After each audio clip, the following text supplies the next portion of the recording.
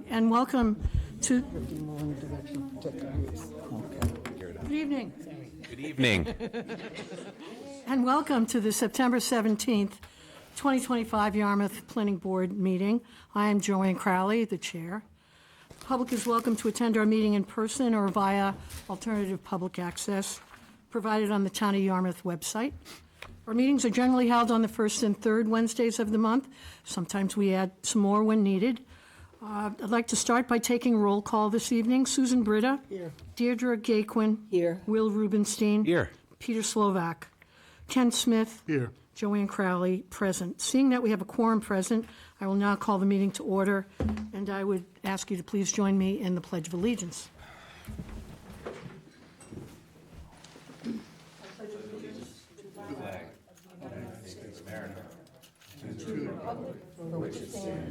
One nation, under God, indivisible, with liberty and justice for all. Thank you. First item on our agenda this evening is a public hearing with regard to our draft zoning amendments. We have two that we're presenting at special town meeting. I would now like to open this public hearing of the planning board regarding these zoning articles. I note the time as 5:35. Following the protocol for public hearings, I will read into the public record the public hearing notice that was published in the Cape Cod Times on September 3rd and 10th, 2025. Bear with me.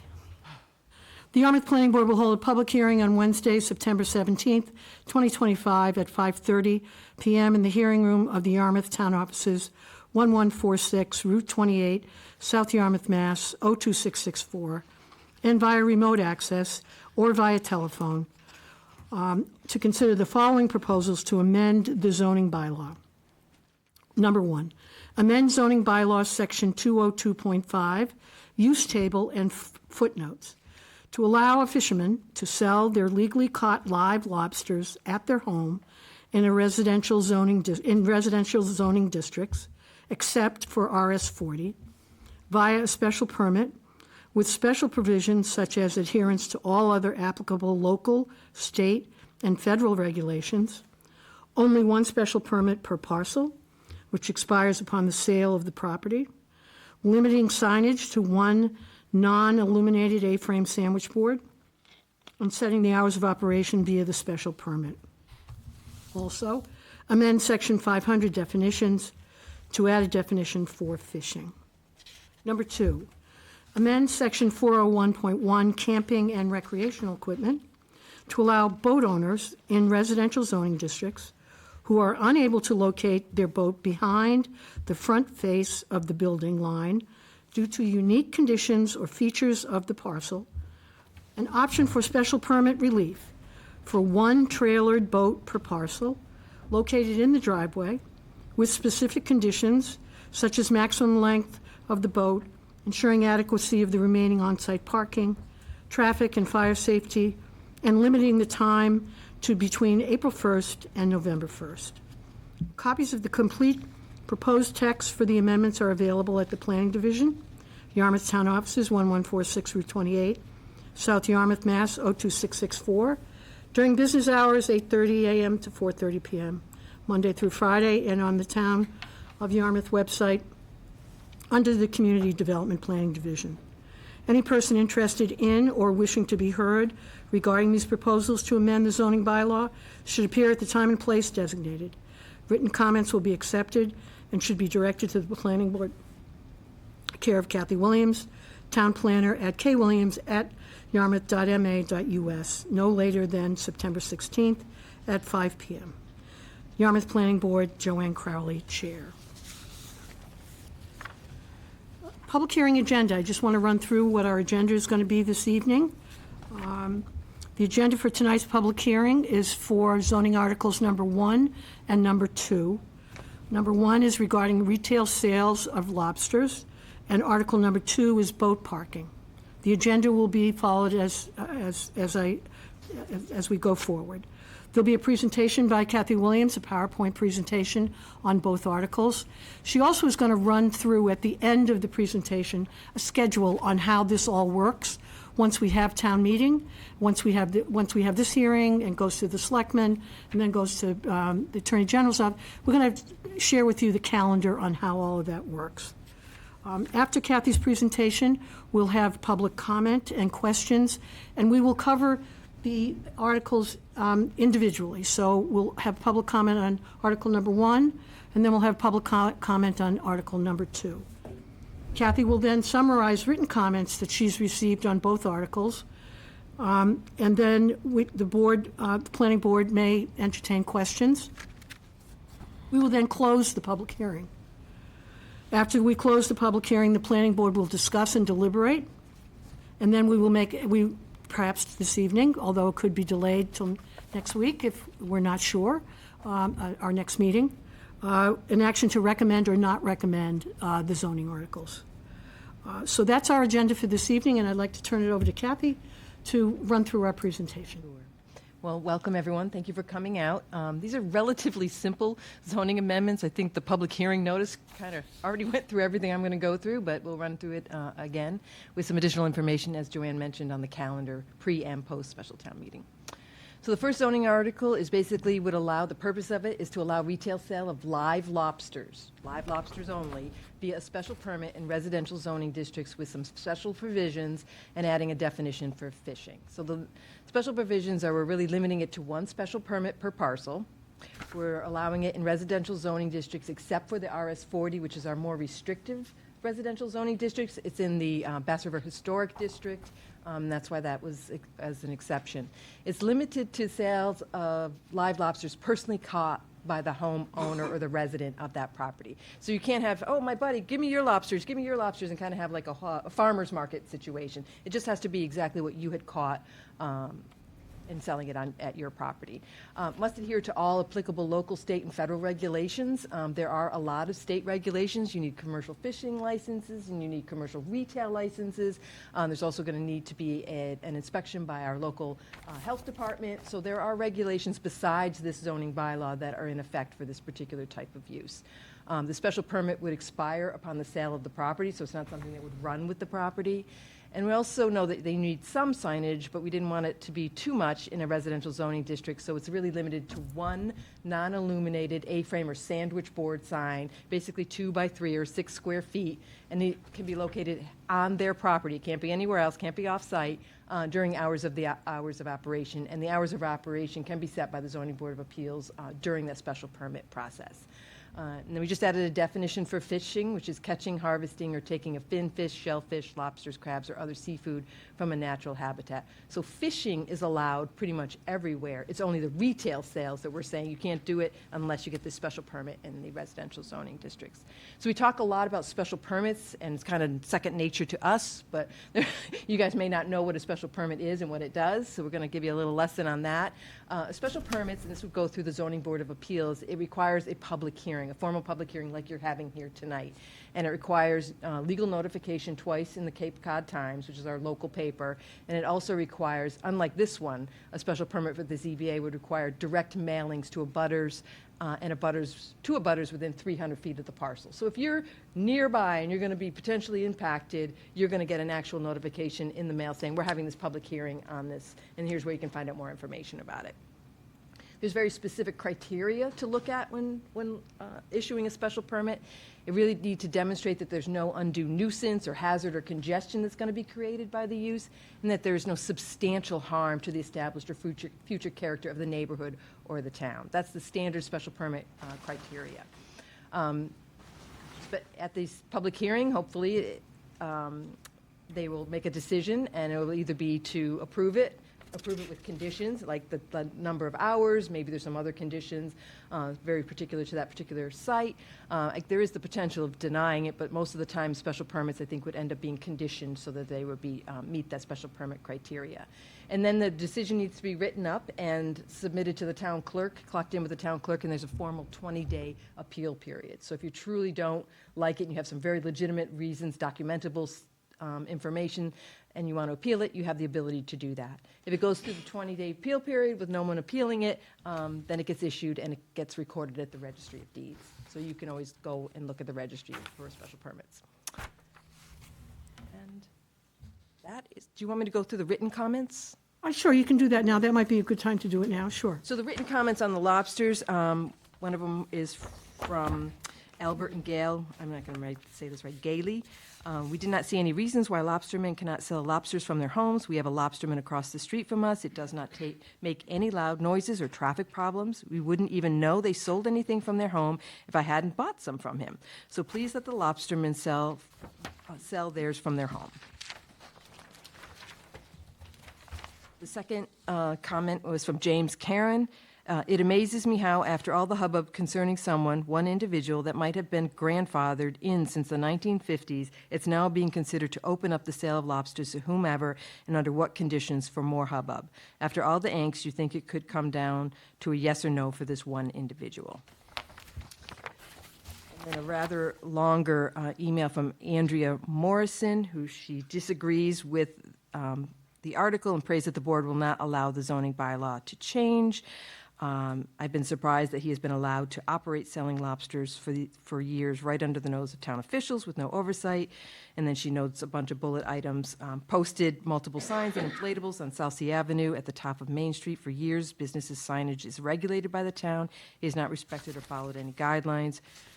Number 2, refrigeration for perishable items has to be within a range dictated by the Board of Health. All restaurants and places that sell perishable food are required to do this and in some cases take note of temperatures.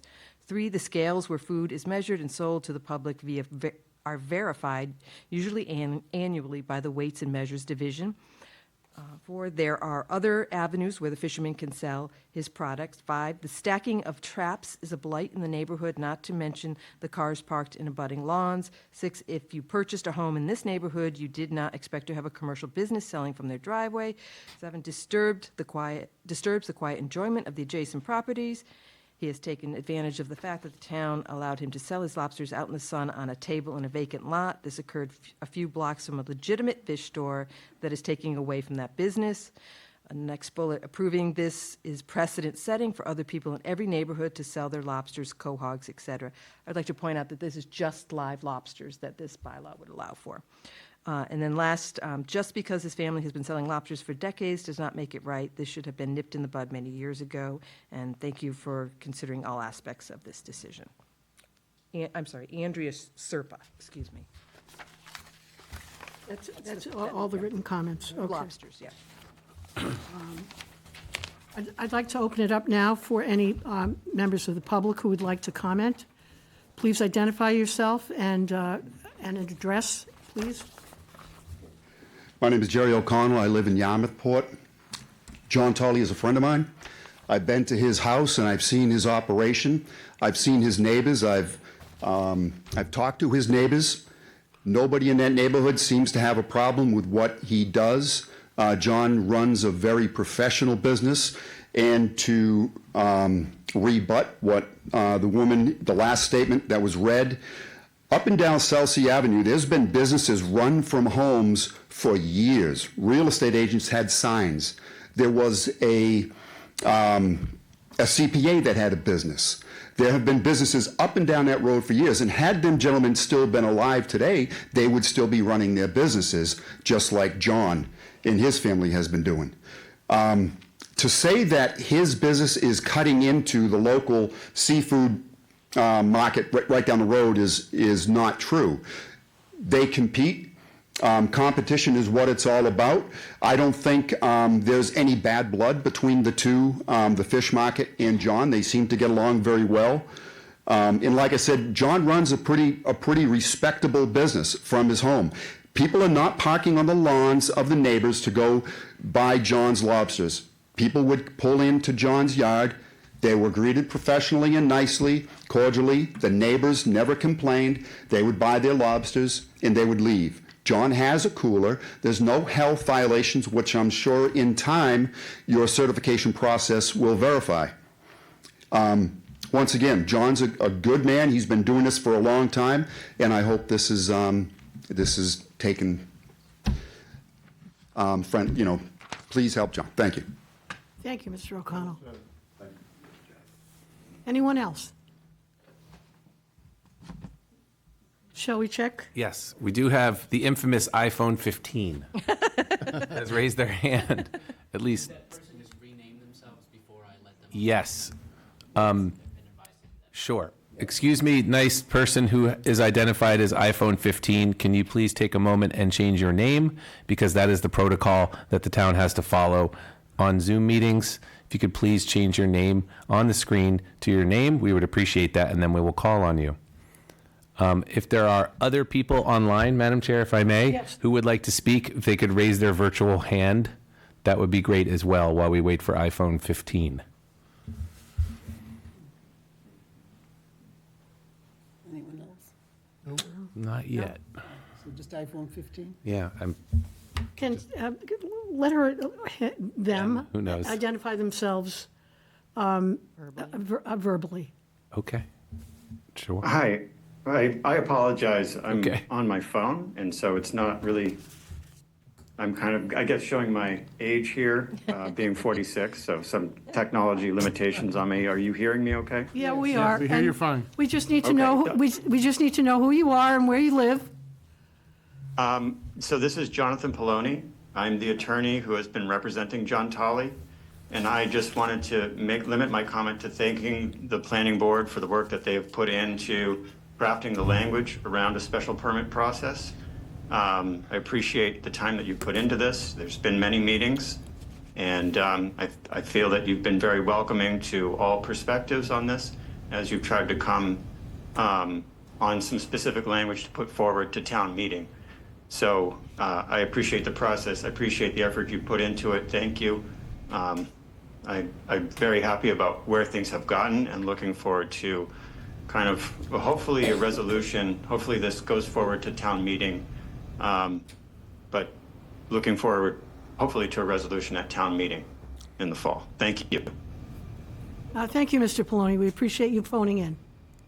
That Anyone seems else? to be it, Madam Chair, at least online. Maybe those, oh, Yes, sir. I'm assuming those other folks might be for the next article. Oh, yeah, yeah, yeah. Hello there. My name is Bill Kerwin. I live at 41 Cottonwood in Yarmouthport. I just have a question. Special permit, that sounds like tax to me. We have somebody that's lived in this community for decades that hasn't changed his behavior. Now we've had something else that's changed, whether it's somebody moved into the neighborhood or somebody else came, and now we're creating all of this, I don't know, bureaucracy around it. So I guess my question is, what is the cost of the special permit? Oh, that's a good question. They just changed the fees. Who are they, Kathy? The ZBA, their special permit, I'm sorry, they're online. I don't know what they are now. I'm going to say maybe $250. Okay. So basically, we're talking about a tax, a $250 tax for this gentleman to continue doing what he's done for decades. Is that what we're talking about? I would refer to it as a user fee. That's, yeah, but user fee is that's just code for tax. For you, it is. Well, yeah, as the taxpayer, ma'am, with respect. I agree. No further questions. Okay, It's a fee and Fair enough. tax you okay.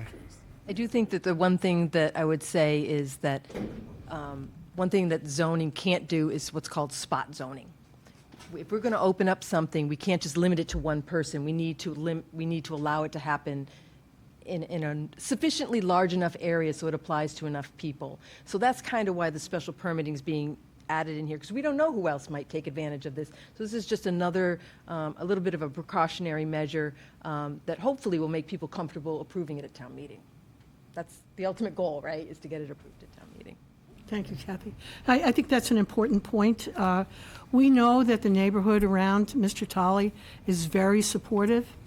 We've heard you in May. Many more of you were here to talk with us, and we appreciate that.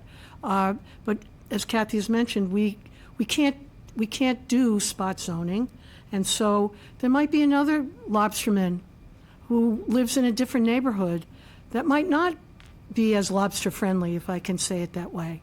And then those neighbors do, in a residential area, have a right to speak about their concerns. So that's why we've identified this as a special permit, so that abutters will be notified. You will get a letter in the mail that there is going to be a public hearing. And we think that's the best way to engage the public in things like this. So let's go on to Article number 2, Kathy. And then the computer Good. went to sleep. There we go. The computer went to sleep, excuse me. I just wanted to mention one other thing. At our, thinking of our May 7th meeting, there was some media coverage, and that's okay.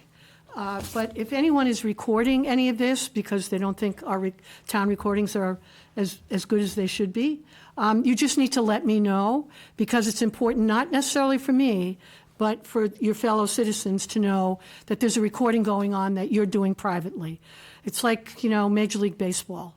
You can only use their recording, and so I just wanted to bring that to your attention, because I remember the media was here at the prior meeting, and they did not ask for permission, which isn't really permission, it's just to notify me that they're in the room. So I just wanted to mention that one more time.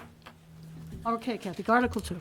Well, the purpose of this article is really to allow for parking of one boat in the driveway during the active boating season in residential neighborhoods, again via a special permit, for those very specific and unique properties that have limited access or restricted access to the side or rear of the building. And why does that matter? Our current regulations basically say if you have camping or recreational equipment, that's not going to be parked inside a garage, it shall be parked to or stored to the rear of the front line of the building, so behind the front face of your building, so the side or behind, except for loading and unloading. Camping equipment does include boats with inboard, outboard motors, and sailing boats, camper trailers, those little pop-ups, motor homes, pickup coaches, and the travel trailers where you tow behind like an RV. But this particular article is only talking about boats. We're not getting into other recreational vehicle. We're trying to solve what has been identified as the current issue, which is, again, some residents can't access the side or rear of their properties. It might be due to large trees, a steep embankment, or maybe they only have 5 feet to the edge of their property, and it really prevents them from complying with this portion of the bylaw. So what are some of the special provisions? It's really limited to properties with those unique conditions or features on their parcel that prevents them from complying with the current zoning bylaw. It again requires that special permit, from the Zoning Board of Appeals. It is limited to one boat. So you can't have 5 boats in front of your property. You can have one boat per parcel lawfully registered to the owner or resident of the property. It can have a maximum boat length of 28 feet and located on a registered trailer. And again, the boat shall be parked in the driveway of a residential parcel without creating any traffic or hazard safety. Can't be sticking out into the road, or can't be in a location where it's blocking sight distances for a curve on a road, those types of things. And that you still have adequate parking remaining within your driveway. We don't want this to turn into a situation where instead of parking your cars in your driveway, now you're parking them on the street and around the neighborhood, and then the neighbors get upset, and then they call us. So we would like to avoid that. And right now, there's a lot of discussion back and forth with the committee about limiting it to a time frame of April 1st to November 1st. So this doesn't solve the problem all year round, but for someone who has a boat, during the active boating season, you can keep it at your property because you want that easy access. You want to be able to go, hook it on up, and go. But there would still need to be some type of other alternative storage location for you off-season. I think if you can afford a boat, you might be able to afford. And again, we're talking about a very small percentage. Already yapping from the. We're talking about a very small percentage of the If we- properties. Yeah, if we can, we'd just like to have Kathy continue her presentation. I don't think there's very many properties that really can't get it to the side or the rear of their building. And again, sometimes with zoning, it's like what? Baby steps. Maybe this is the first step, and if it looks like everything is fine, is not creating a big issue, maybe we take out that limiting the time frame in a future zoning amendment that goes before town meeting. But this is kind of where we stand at the moment. Okay, so I'd like I'm to. sorry, written comment. I Yeah, thank you. apologize. Written comments, Kath? It came from Jim Saban, who called me. Former member of the planning board? Yep. He recommended allowing the boat storage by right April 1st through November 1st, and if someone wants to store during the winter, then they would need to seek special permit relief. So he was hoping to allow it by right April 1st through November 1st, and then to store it there in the winter off-season, it would be the special permit. Okay, so, public comment on this. Any members of the public? Great. Identify yourself, please. Alden Childs from West Yarmouth. I would say I agree with Mr. Saban. I think that's perfect. The only thing was I just remember that the building commissioner mentioned that he would have issues during the winter trying to enforce this if people are away from their residences. So that's another issue, for the guy that's actually enforcing this bylaw. It's just another roadblock for him. So, but otherwise, I agree with Mr. Saban. Okay, thank you.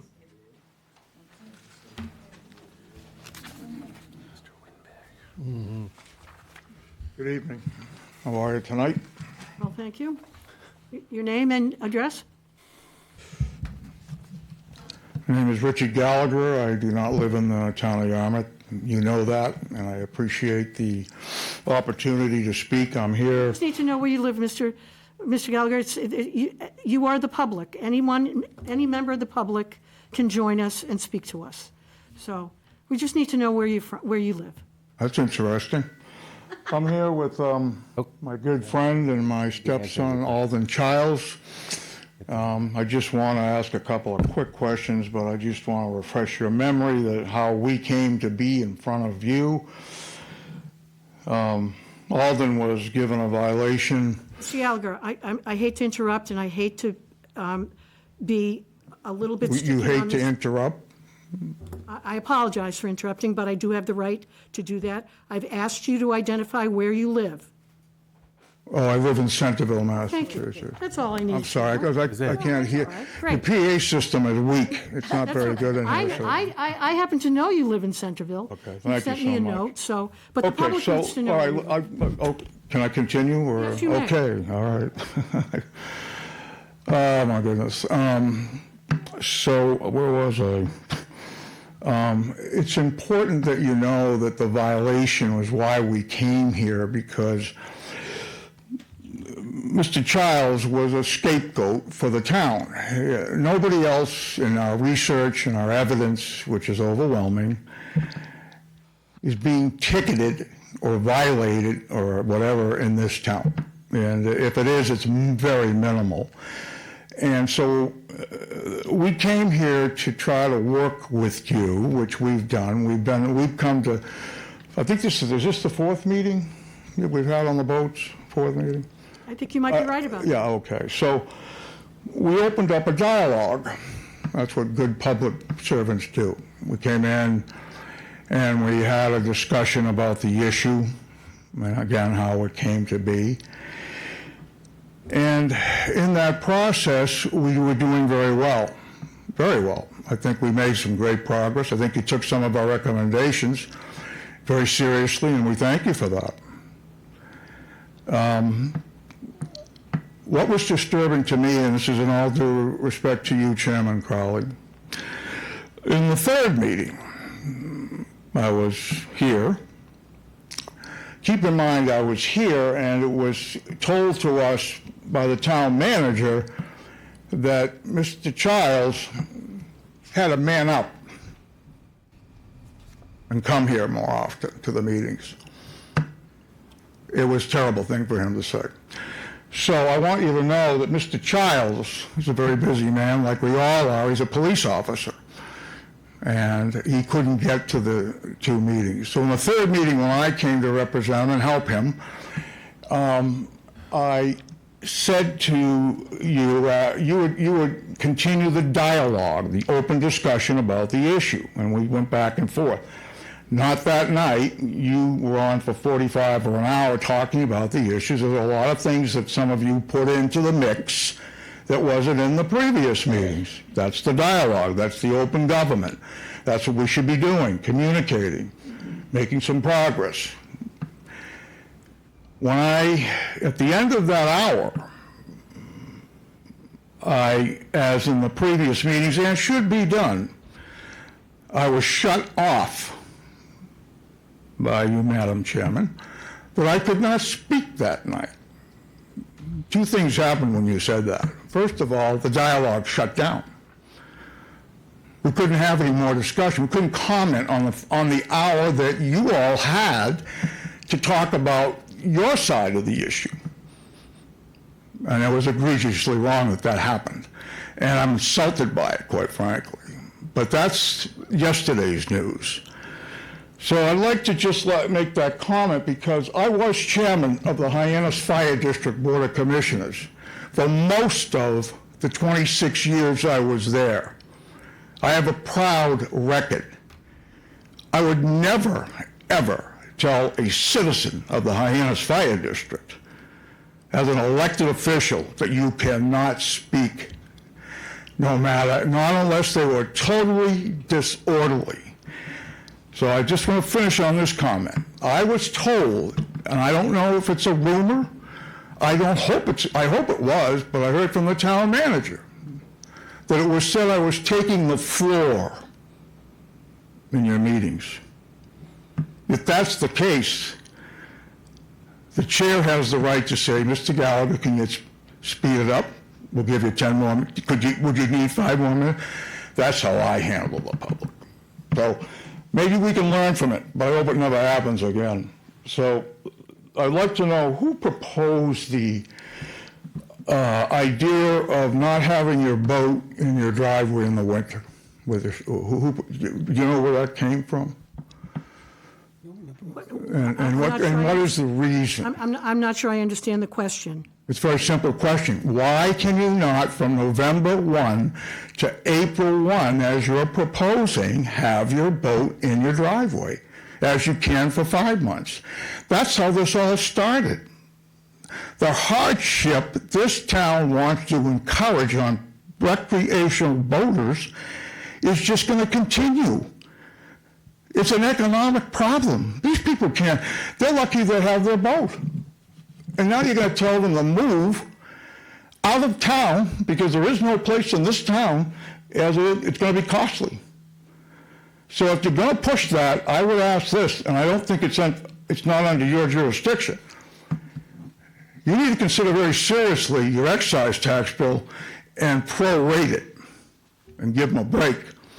If you're doing a special permit, and some people can, maybe Mr. Childs will be allowed to keep his boat. We don't know the details yet. We're working out. We're having a dialogue. We're discussing it. I hope that works out. So I just need to. But again, where did it come from within here to propose that idea to move your boat off your yard? Does anyone? Well, the starting point was the existing zoning bylaw, which required that the boat be stored behind the front line of your home. That's what it says. Mm-hmm.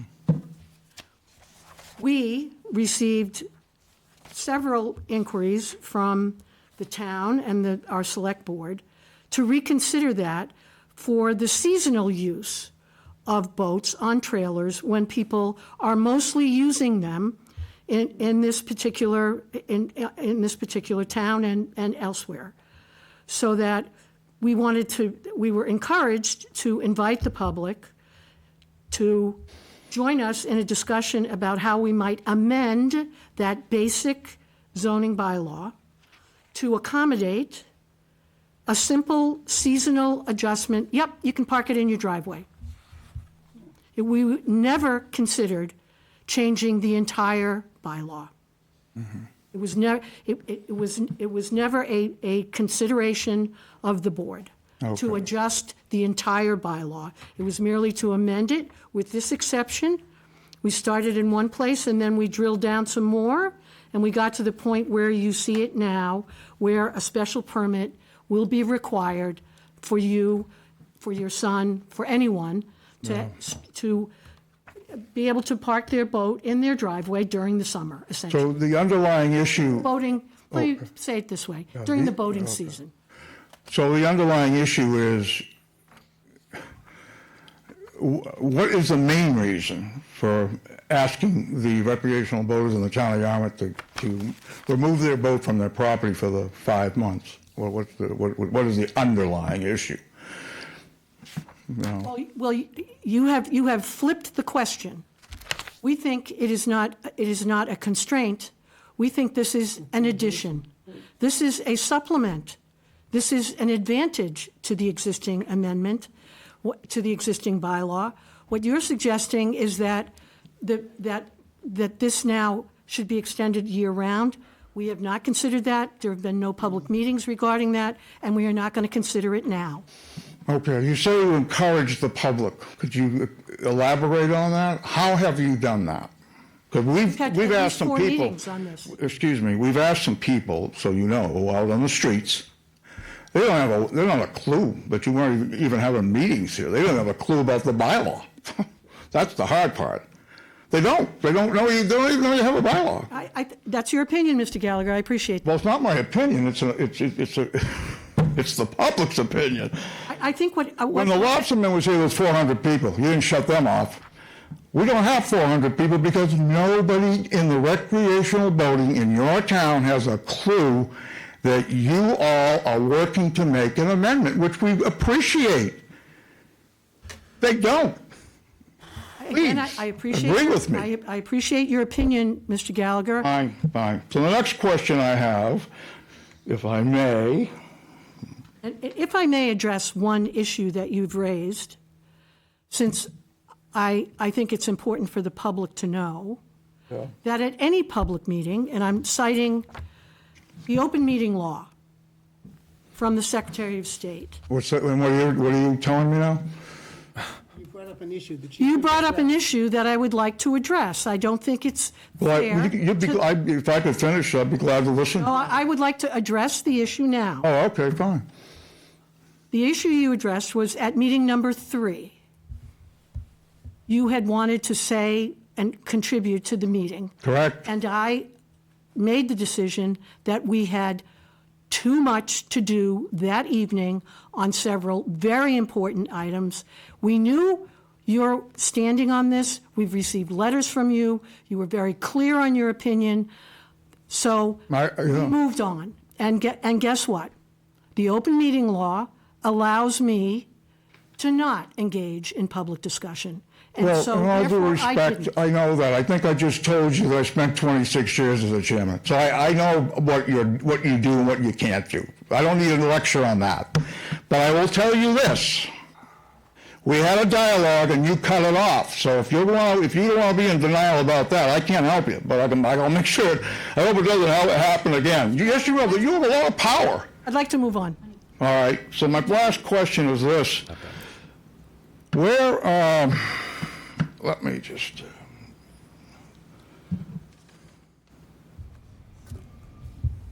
When you started the process, that we started,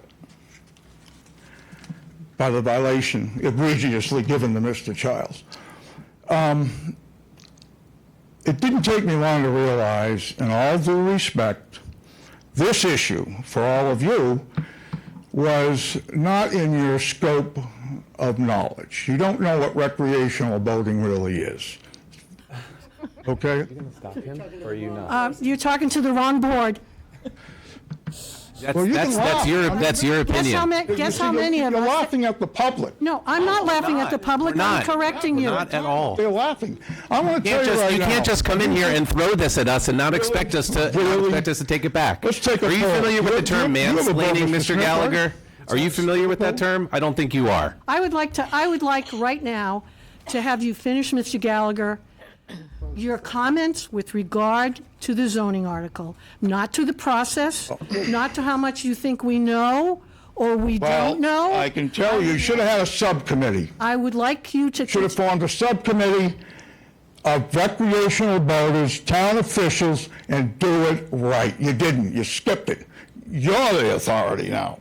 And look what we ended up with. So I hope you listen to me. I hope you listen to all these public, because they didn't come here tonight to hear this. They came to me. They came to hear open government, honesty, okay, and civility. Thank you. We appreciate your comments.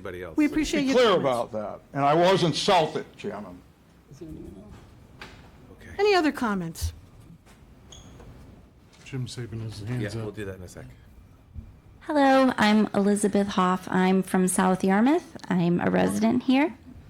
And I just wanted to talk about my perspective on this zoning article amendment, and that is that I believe that the enforcement will be the most difficult part. I am a neighbor of, I live in a neighborhood where people have their boats in their driveways year round, and I am a neighbor of one of those. And nothing personal, but the area has become like a boating, where they work on the boat, like a mechanic zone year round. And I'm not a person who tattles. That's not me, but this boat has been here year round for years, and if they're being cited, they don't care about any sort of consequences, financial consequences or not. The boat has been there and continues to stay there. My concern is that their driveway is 20 feet from our bedroom windows, so it is disturbing the peace when they are working on the boat as if they were mechanics, and it is very loud. But I do appreciate that this would be something, and I do support that time frame is fine, so long as these boats go elsewhere, or that if they're working on them for mechanical reasons, it's not outside our bedroom window. Thank you. Thank you. Thank you. I might add, for just public information, not that I would, I'll just add for public information. Should you see any kind of issue like that you find disturbing to you, you have a right to file a complaint. And the building commissioner will investigate. There's a very simple form you fill out, and the building commissioner will investigate. Yes, sir. Thank you.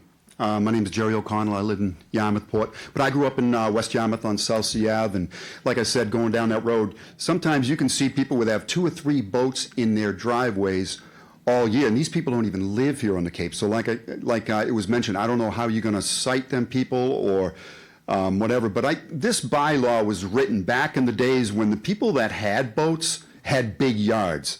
And a lot of the smaller homes were summer homes, but now they're year-round homes, and they really don't have the space for the boats. And now boats have become a little more accessible. People are buying them left and right. There's dealers and all over the place, and people are buying boats. But I think there are more boats now in the town of Yarmouth than there were when the bylaw was written.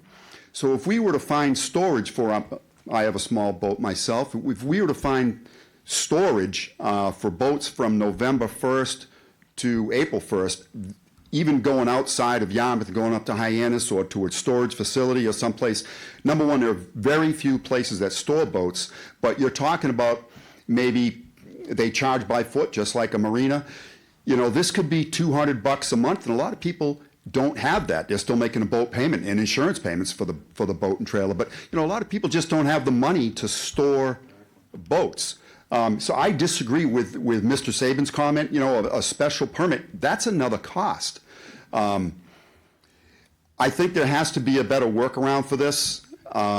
If you can store it from during the tourist season, during the height of the season, during the boating season, why can't you store it there in the wintertime?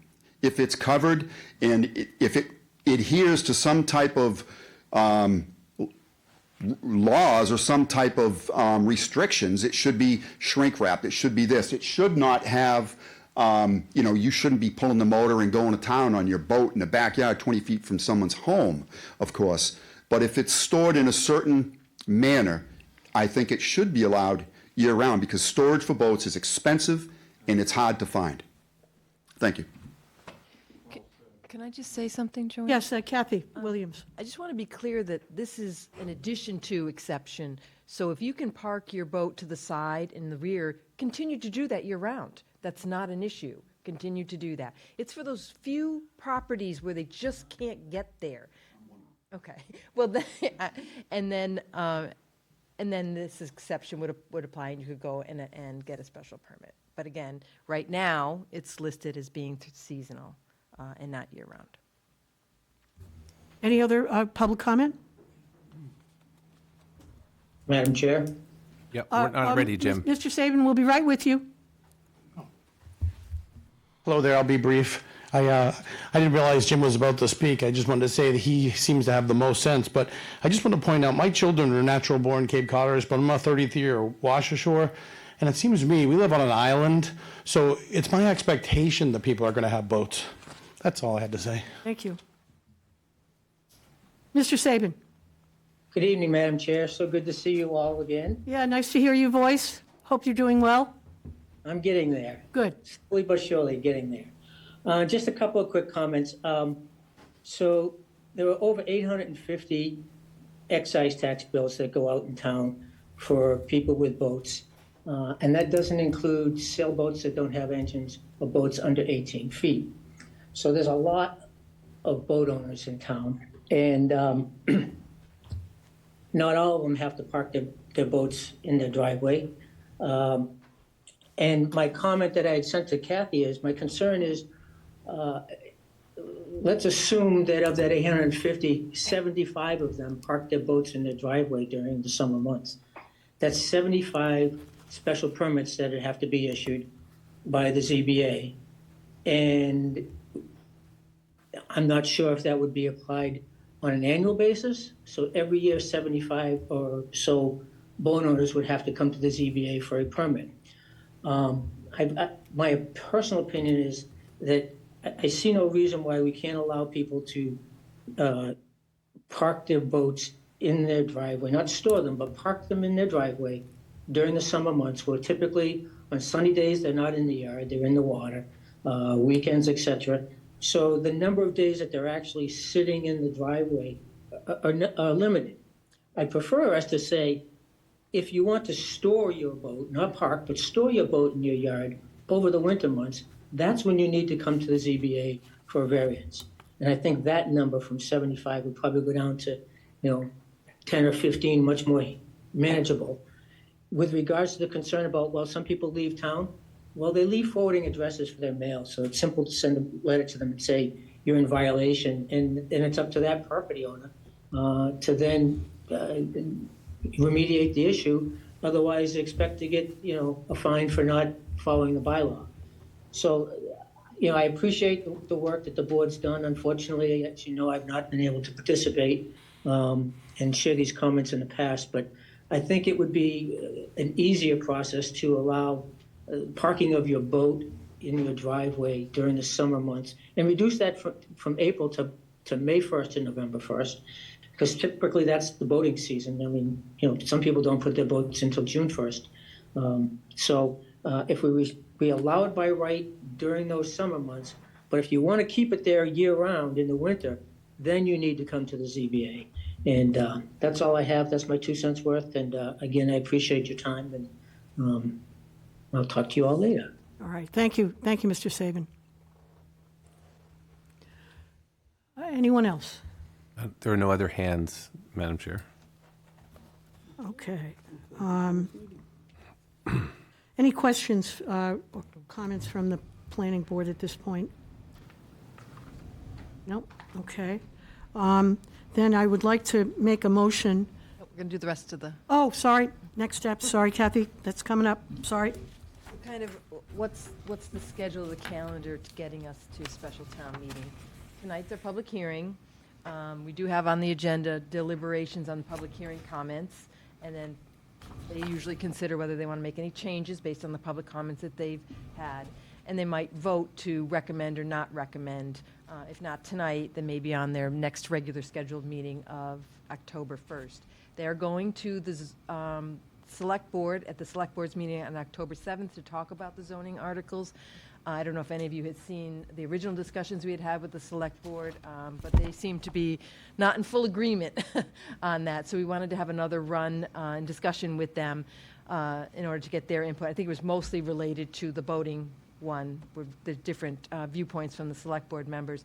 And then the planning board has another meeting, regular scheduled meeting, October 15th, when that would really need to finalize what the articles would say, and then they would have to definitely make a formal recommendation to recommend or not recommend. And then October 21st is the last, if we needed to go back to the select board with any final modifications, because they're going to be closing the warrant that night. And that's the last chance we have, except for when you get to town meeting. Town meeting is on a Monday. We usually meet on Tuesdays, but it's on a Monday, November 17th this year. So what happens if we get to special town meeting and it votes, and we need a 2/3 vote on both of these articles? The town has 30 days to submit the amendments to the Attorney General and provide them with all that documentation. And then after submission, the AG's office has 90 days to review the amendments. What they're really reviewing the amendments for is see if they're in conflict with any other state laws and that type of thing. Most of the time, we've gotten approval. Sometimes they'll approve it, but they'll say, oh, you might want to think about this a little bit. There might be some issues there, and someone could bring some case they might have some concerns about it, but it's nothing that's in violation of a law right now. So once you get that letter from the AG's office, then it needs to be posted by the town clerk. And once it's posted, then it is retroactively approved to the date of the special town meeting, November 17th. So lots of times people say, well, when can I start applying for my special permit for these amendments? You can start applying for after special permit approval, but it's going to be at your own risk. So you may go ahead and you want to get yourself all ready for the voting season. You submit your special permit, you get it, but you're not going to actually be able to use it until you officially have approval from the Attorney General. Because it's not guaranteed, but typically we get all of our zoning articles reviewed by town council. There's never really been any particular issue. So hopefully that explains to people kind of what happens after town meeting.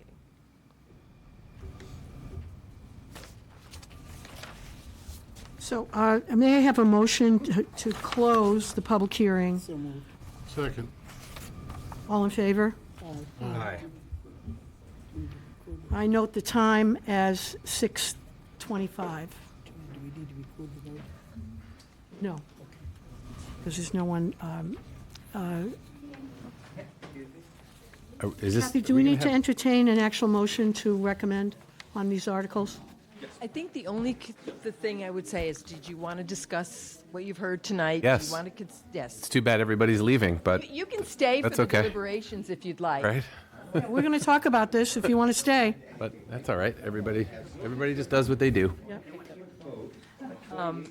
So what, The only thing I think is, Hold on. Excuse me, sir. Yeah. Sir, I apologize, but we can't hear up here. Yeah. If you wouldn't mind having your conversation outside, I'd appreciate it. and we're going to continue discussing this if you want to stay with us. want to stay, yeah. I think before we go to the select board on October 7th, they're going to want to know your standing. So you may vote to recommend, but then if you hear something from the select board that you said, oh, wait a minute, we didn't really think about that. Maybe we want to consider some tweaks on the 15th. You could re-vote it, make the amendment and then vote again on it as amended. But I just think that the select board would want to know where the planning board stands when we go before them on the 7th. Right, so we Kathy, excuse me, Madam Chair. Could you just go back one slide so we can keep the dates up there as we're talking? Thank you. Yeah. Go ahead, Madam Chair. So what I'd like to do, I think, is to entertain, once we've had our discussion and had some deliberation here on any changes we think we might want to make, I'd like to entertain a motion to recommend at this point, tonight, some action on the two articles, if that makes sense to the board. I just want to ask, but we don't have to do that. We still have a meeting on October 1st. Correct. So we don't And have Peter to do that I'm tonight. assuming would be there as well, and you might want I to. understand. I'm just wanted to point that out, just because depending on how the conversation goes, we may or may not be able to do it tonight. That's correct. However, I think we'd be in a good position should we have a consensus of some kind of the board when we meet with the board of the select board. I would like to be in that position to have some sense of at least at this point how we feel about it. But what questions or comments do board members have with regard to what we've heard on Article number 1, which is regarding the sale of live lobsters? I'll jump in on that one, Sure, Madam Chair. thank you, I think, Ken. we've talked about that one since back in May also, and I think we've vetted that pretty well. I don't have any issues with how it's written. Neither do I, Madam Chair, as it relates to zoning Article 1. Did you draw lobster, sale, retail sale of lobsters?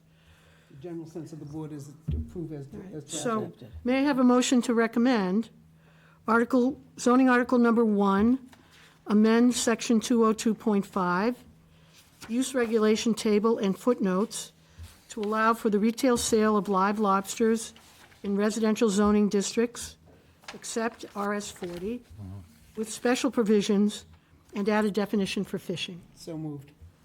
Second. All in favor? Aye. On zoning article number 2. Comments? Concerns? I would like to talk for a minute about what Jim brought up, because it's got me thinking, and that's why we continue to talk about these issues for the 4th meeting over several months. I found that it made sense to me. I am one of the few people on this board that doesn't own a boat, for the record. Lots of people on this board own a boat. But it seemed to make sense to me when he said it that way, because as, again, not a boat owner, I'm trying to think about what it would be like if it was me, and I actually was a boat owner. And the way I wrote it down is that parking would be allowed by right April 1st through November 1st, but storage would be part of the special permit pathway. So there'd be 2 different pathways, parking versus storage. Again, I'm not a boat owner, but I'd like to have a conversation with the boat owners on this planning board, just to talk about, A, the efficacy of that, and B, what would the implications be if we actually Can I just differentiated between parking and storage, and then does that become an enforcement issue, which we always seem to come back to? Are we talking about by right storage in the driveway for those parcels that can't get it to the side in the rear? Or are we talking about everybody? By right It's a parking? good question. I guess that would be my, It's a good question. In fact, I Don't think know. A variation of that came up early on. We talked about whether, I think one draft we had, I asked the question, does this mean there's going to be an opportunity to park 2 boats, one in the back and one in the driveway? This is sort of a variation of that, and the answer was yes. At that time, the answer was yes. And I said, I just think we're opening. Then we moved towards Yeah. what's on the screen now, which is 1 boat. Right. Right. So I guess to but the answer your one vote is question, the exception. You would still be able to do everything that you can do now under the existing Right, bylaw. behind your the house. front face. So that would all stay the same.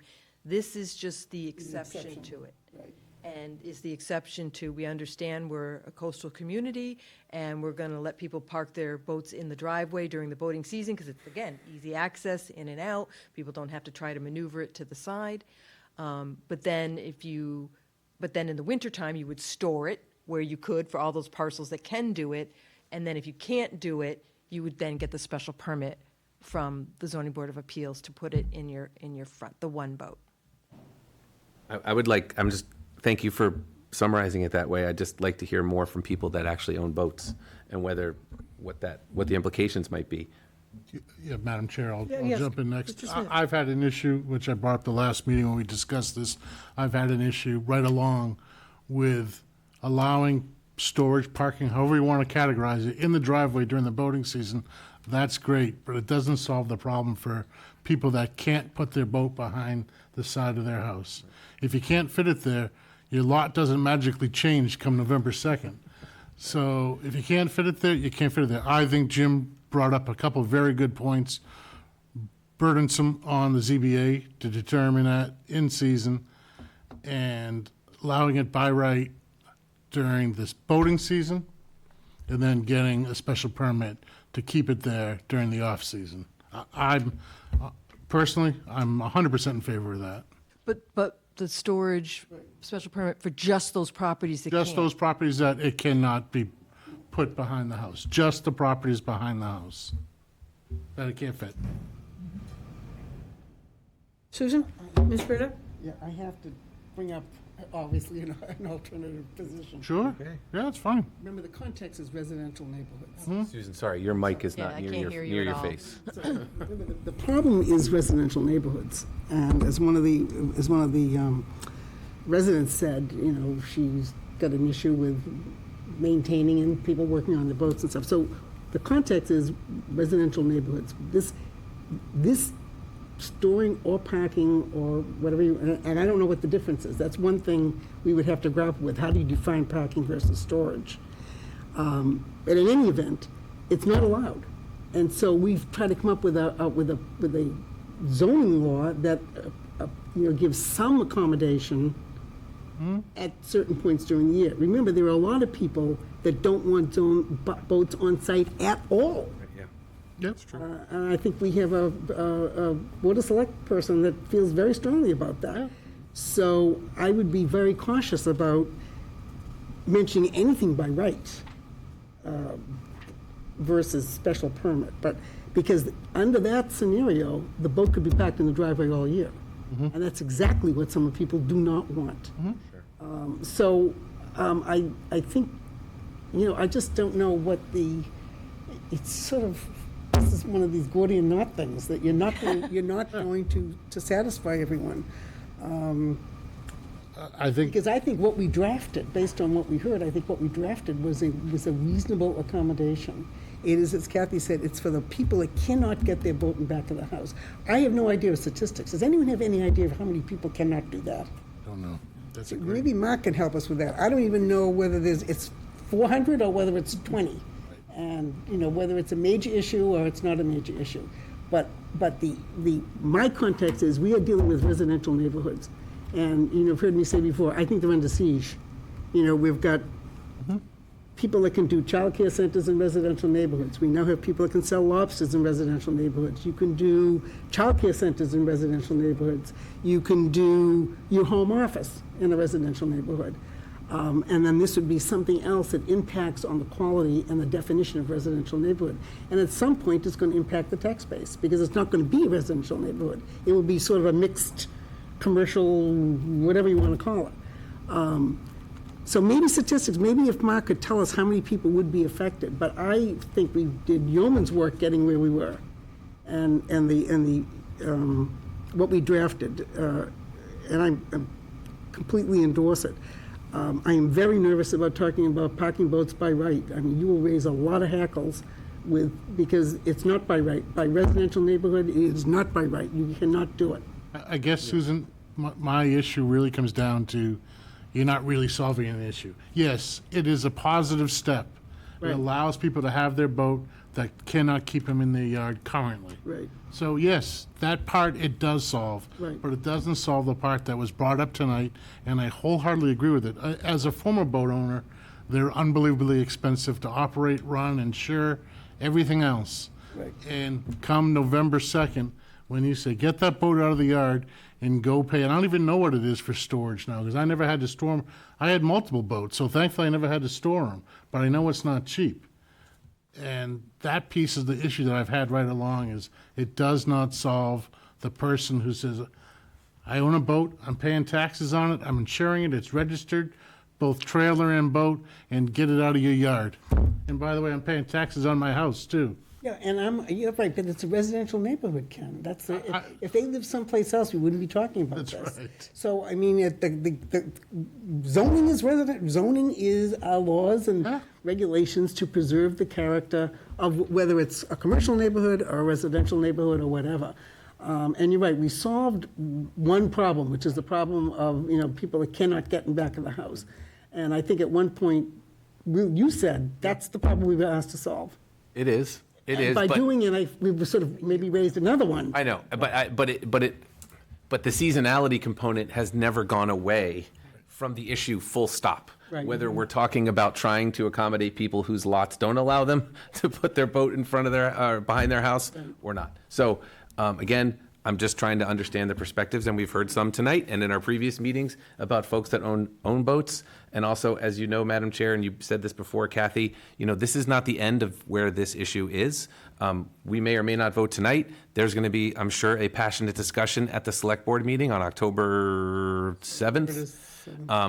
And then it's going to come back to us, and then it's going to go back to the Select Board one more time, and then it will then show up on a warrant. And it still needs two-thirds vote. And it still needs a 2/3 vote on November 17th. So I just want to bring this up again because we're still chewing on it. Nothing has been put into a warrant and nothing has been brought to town meeting floor yet. That's why I wanted to talk this through for a few minutes. Because there will be, I assume, equally passionate points of view shared on October 7th. You could just take out the limiting it April 1st through November 1st. So properties who cannot store to the side or to the rear can get a special permit to store one boat registered on a registered trailer in their driveway. Then they don't have to worry about not trying to find additional dock storage or dry dock storage or whatever for it. So I think it could be solved simply by taking out the limitations of the seasonality of it. I think Only if they can't park it behind the right, front it of the would, house. the exception would still apply just to those unique properties, unique conditions or features of the parcel. I want to be clear, though. I bet you there's going to be some people who apply for a special permit, and the ZBA says, no, you can get it over there. You just don't want to. That's actually what happened last week regarding an RV, if I recall the hearing that I saw. September 11th, yes. So you can apply and you can Right. roll the dice and take your chances with the ZBA, but you really need to document and prove to them that you have this unique or condition or feature of your property that's preventing you from doing that. So, the numbers, I don't know whether Mark's going to know the number of places that this is actually applying to. That'd be really hard to know. I would think it might be, more in south of Route 28 where the lots are naturally smaller because that's kind of where we started developing those little 10,000 square foot lots or 7,500 square foot lots. That can be an issue. But, anybody could have a large tree, could have a slope or something that prevents them from getting to the side, or they may have a non-conforming structure and they just can't get to the side of it due to an unusual shape of their lot or whatever. But I think you could solve some of the concerns that were expressed this evening about having to move it or find another location just by taking out the seasonality. So maybe that's something you want to discuss a little further. Deirdre? I like the idea of taking out the seasonality because I think it does take away the real difference, some of the real differences, and really paying the fee is a lot cheaper than storing it if you really don't have the. And I would say that I think you're going to get the special permit not annually. You're going to get it, and it's for the duration. We don't, but do we know that though? Only because I only say that because No, the I thought- ZBA seems to be very big on having conditions that require an annual return. In fact, I always thought it was annual. So You had to get an I'm not annual trying to- special I'm not permit trying to to store correct your you, boat. Kathy, but it doesn't. Are you sure? No, things like seasonal employee housing at motels, that's specifically written into the bylaw that it's annual. I mean, you could say that this, do what we did in the lobsters and say the special permit expires upon, sale of the property. But I think it's unreasonable and very burdensome to the ZBA to have to continually go back and get a special permit. Special permits, I mean, I think you can maybe add a little bit of additional language here to address the fact that we're not expecting them to go back annually. I wouldn't expect them to go annual. I would. Well, Susan, speak I would, up. I Why? definitely. Why would you expect that, Susan? Because I think it's a way to, if we're going to allow this, and I'm not in favor of it, I think we should keep the seasonality. I really do. Because the bottom line is you're then authorizing boat storage all year round in a residential neighborhood. And I just think I think more than one Board of Selectmen is going to have a problem with that. The second thing is enforcement. People are going to leave the boat in the driveway simply because they don't want to put it in the backyard. And so that's going to put the burden on the residents to call Mark and say, oh, so-and-so's got their boat in the driveway, and they can actually put it in the backyard. So, I don't know. I mean, I think it's the other way around though, Susan. Right, presently, drive around town, you see boats in the driveways all the time. Oh, I know it. Yeah. I know it. It's drive by my neighborhood. It's a nightmare. I just don't know if allowing them all year round solves anything. Well, it certainly helps. It certainly solves a financial burden on the boat owners that we've heard. But I have to tell you, zoning's obligation is not to solve financial burdens. I'm not saying it is, but we are listening to what people are telling us, Susan. But and it's legitimate, but that's not a factor for us to be changing zoning. We're supposed to be preserving the residential character of neighborhoods. Which is That why is a that- fact. right, I right. totally agree. But I will tell you, a lot of cynics will say, if you can't afford to store it, don't buy it. I've heard my neighbors say that all the time. If you can't afford to store your boat, then you shouldn't have one. It sounded like, there used to be a joke about if you owned a Jaguar, buy two of them, because one of them's always in the shop, because they're always breaking down. But I like what we did. I think we worked very hard on this, and I thought it was a reasonable compromise. It is, Susan, nobody's saying it isn't. It is a reasonable compromise, but that reasonable compromise doesn't get an end result, in my estimation. That's my estimation. I respect your opinion. No, you're right. It helped them April through November. No question. I'm not debating that at all. It does. You certainly are entitled, Susan, and I would never say anything different to your opinion. But I think then the problem is saying the zoning, what we are doing does not solve a larger zoning problem about boat storage in Yarmouth. What are we going to do about boat storage in Yarmouth? And this only takes us halfway. This takes us April to November for people that can't store it in the back of their house. You can put it in the driveway, but come November, you got to store it. You got to get it off-site, and you got to store it. By, the suggestion in the comment about taking away the dates, but having to go to ZBA, only if and when you cannot store it in your backyard, you can keep it in the driveway. Otherwise, it needs to go in the backyard in the off-season. I'm 100% in favor, and I think it's a great suggestion.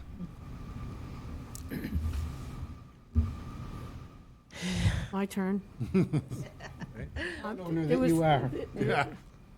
There was one other comment you made, Kathy, about including, with regard to restrictions, the conditions that we put on the, if we remove seasonality, we could add back in, you just said something about Something about that the special permit expires upon transfer of sale. transfer of the property. That I think, no matter what, And transfer the boat. no matter what, I would like to have that part of the, I don't know how we would know. What do you mean, like when the transfer of boat happens? You sell the boat. Right. when you, no, it's the property we were talking Well, about. I agree. Property, that's a no-brainer. Yeah. But can we add in transfer the boat? What if you sell the boat and now you buy a 28-foot with a flying bridge on it, So. You get one boat Right. of a maximum length of 28 feet. I guess my concern listening to all of you, and I appreciate the rethinking of this. We started small with a request from the town administrator and the select board to look at a particular situation where an individual, probably many more than just him, had an issue with parking his boat during the season. And we chose to take the route of providing additional convenience for them outside of the restrictive bylaw that we have right now. And so we took that small step to try to accommodate and make it a little bit better for a boat owner on a trailer under 28 feet who has no way to park it anywhere else, assuming they have nowhere else to park it, and they're not just using their driveway because it's really convenient, because that could be the case as well. But I am reluctant to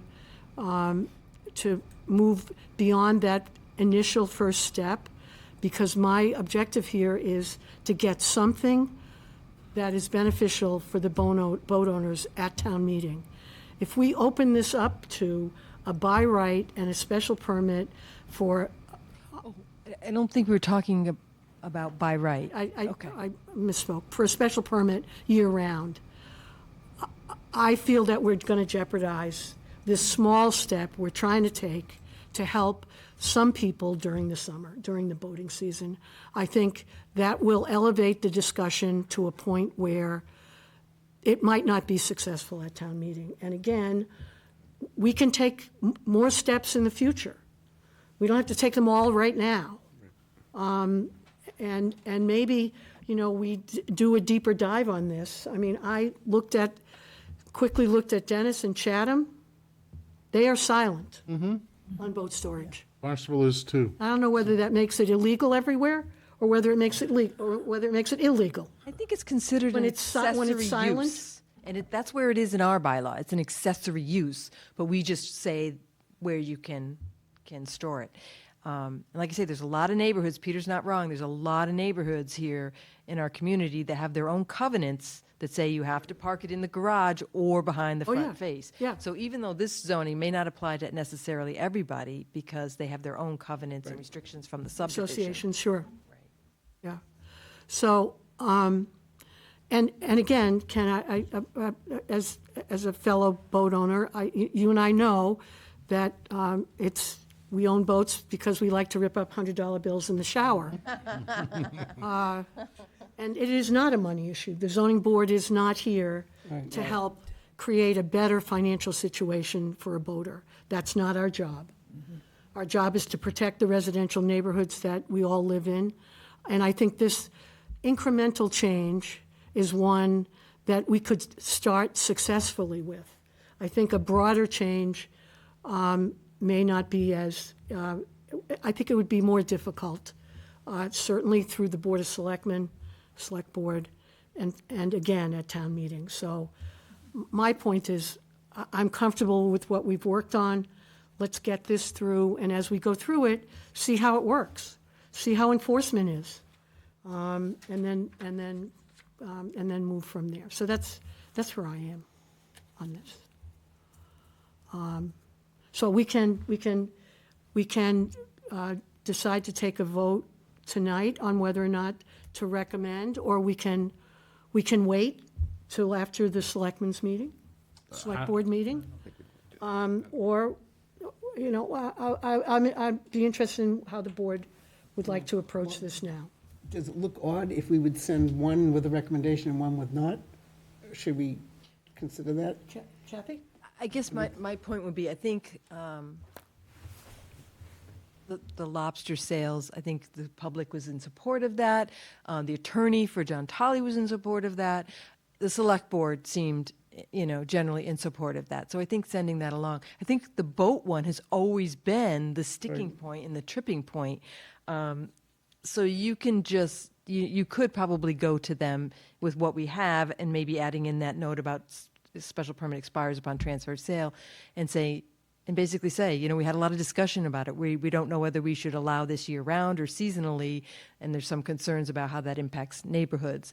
And we wanted to get your input before we made our final amendment and recommendation.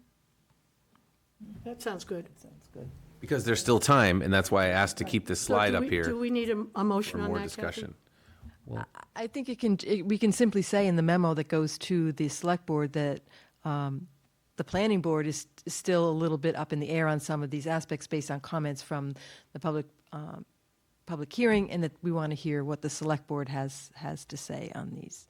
I think it sounds like a simple fix to keep it narrow, like some of the select board members want, is just changing the seasonality of it and saying for these unique properties, and they're going to say, well, how many properties is that? I don't know. And We someone who asked- doesn't have a boat now may buy a boat tomorrow and say, okay, well, I didn't get a boat because now I can ask for a special permit and I can fit it in Is here. there any way we could, would Mark have any kind of statistics on that, Kathy?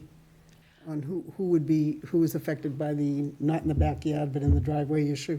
You'd have to match up. Right, the excise boat tax excise bills, right. with With the- with an the- address? the map. And then You'd have to go with with the a map. card, with the real estate card. I got it. It's 74 pages long, of the boat excise, and I tried to see if it was something that would be simple, and also to identify, how many people might own more than one boat.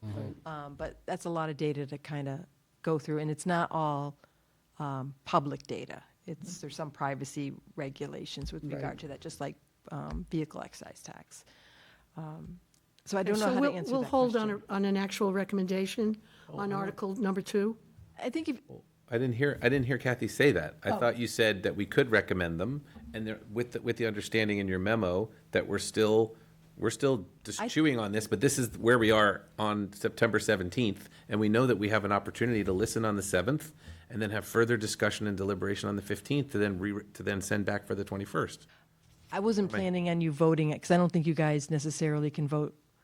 Or did you want to vote to recommend what we have exactly now? Because that, Can we vote to have what we have now with the addition of the transfer of property? expire upon transfer of the property, sure.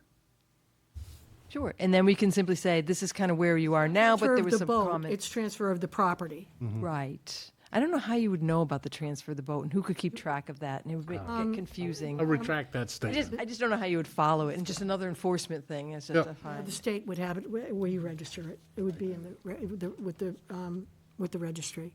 Are we comfortable taking a vote? I don't want to force anyone to take a vote, but I think we should get a sense of where we are.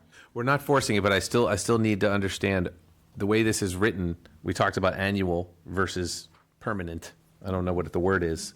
What are the implications right now, the way this is written? It doesn't say annual. We're not, in the conditions that we're offering to the ZBA, No, it's just a to special permit. do the special permit, it's just a special permit. It doesn't talk about annual returns. We're and not it- suggesting No. we're changing that. Okay, I just wanted to make The sure. one thing we're going to add would be with regard to the transfer of the property. I Which agree I with think that. makes it consistent with the The lobster. lobster, retail sale of lobsters. And it makes it pretty clear it's not annual if you Yeah. have that provision. So if we're comfortable taking a vote, a preliminary vote now, which is subject to change Yeah. after we Well, hear the because we select have, board. we have more opportunities to talk about it. So, may I have a motion to recommend zoning article number 2, amend section 401.1, camping and recreational equipment, to allow boat owners in residential zoning districts who are unable to locate their boat behind the front face of the building line due to unique conditions or features of the parcel, an option for special permit relief for one trailered boat per parcel located in the driveway between April 1st and November 1st with special provisions. And one of the additional special provisions would be transfer of the sale of property. Can we just say as amended to include? As amended to include, right. So may I have a motion? So moved. Second? Second? By Deirdre. All in favor? Aye. Aye. Aye. All opposed? Abstain? What's that? No, I don't think there's any I abstention. didn't say a lot of aye. Oh, I couldn't hear you. I'm sorry. That's okay. We do have another meeting, October 1st. Yeah. Right, You yeah. know, and we can, and Peter will hopefully be here, and he might have some insights as well. Right, and no matter what, based on what happens on the 7th, we're going to be having much discussion on the 15th, I would imagine. Right. Okay. And Craig. even though there was a comment that people don't know about this, all of my neighbors are watching the hearing tonight because they are very interested in the boat regulations. Either pro or con, they're all, whether they own a boat or don't, they're very interested in this particular amendment. They were also the pro lobster people, but when it came to the boats, it was a mixed bag. So I think they're all watching tonight, which is a good thing to get citizen input. So in the memo to the select board, would I note this is a preliminary vote, but that you want to hear from the select board before you finalize? Right, initial vote, yeah, initial vote. And at that meeting, we'll share with them we each can, we'll be there. The fact that extending it to year-round we gave a lot of consideration to that. For a parcel that clearly can't handle boat storage. And I think that's the unique thing from the last time that the select board saw it. I think it was by right in the driveway, everybody. Yeah. And now we're saying, okay, we're trying to really just help the people who have real difficulty, and so you're really narrowing the focus Right. of it. So we'll see what they have to say. Yeah. So it is different. Yeah. And we may come back to, having it be, as Ken suggested, we may come all the way back around there. So, Maybe not unanimously, but maybe, whatever. We have several more shots at this, so. So thank you for that discussion. Next up, 40B comprehensive permit application for 897 Route 28. Review and possible comment on the Chapter 40B comprehensive permit application made to the Zoning Board of Appeals for 897 Route 28, the former laundromat. The hearing date with the ZBA is next week on the 25th, September 25th.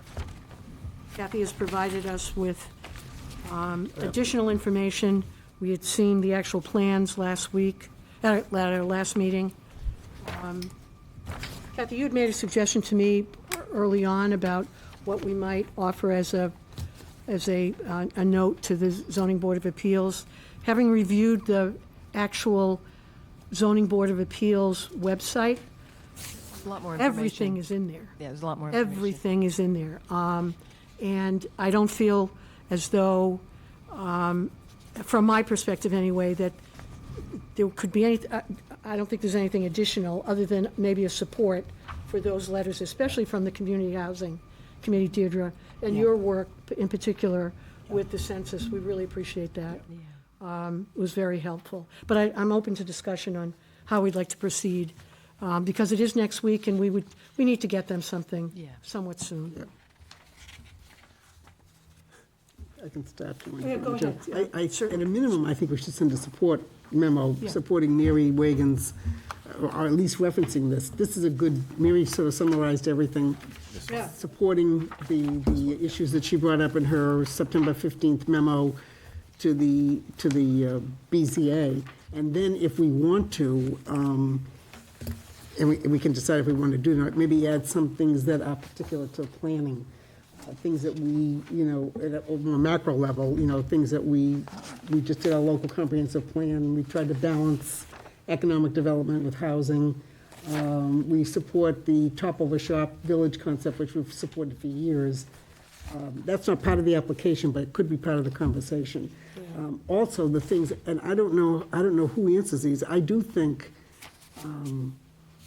there are certain questions that need to be answered. For example, that permit they got of eligibility, that was for, and I think I put that in my memo to you, Kathy, that was for 24 units. It's now 27. It's 23. 23. 23 to Now it's 27. 27. 23 units. They don't have a letter yet that says that's Yeah, okay. right, and given what we've gone through with the library situation and, making decisions based on information that was not accurate, I do think at a minimum, the town ought to get, should be. And it was 41 or 44 spaces, parking spaces, Yeah. the original? Yeah.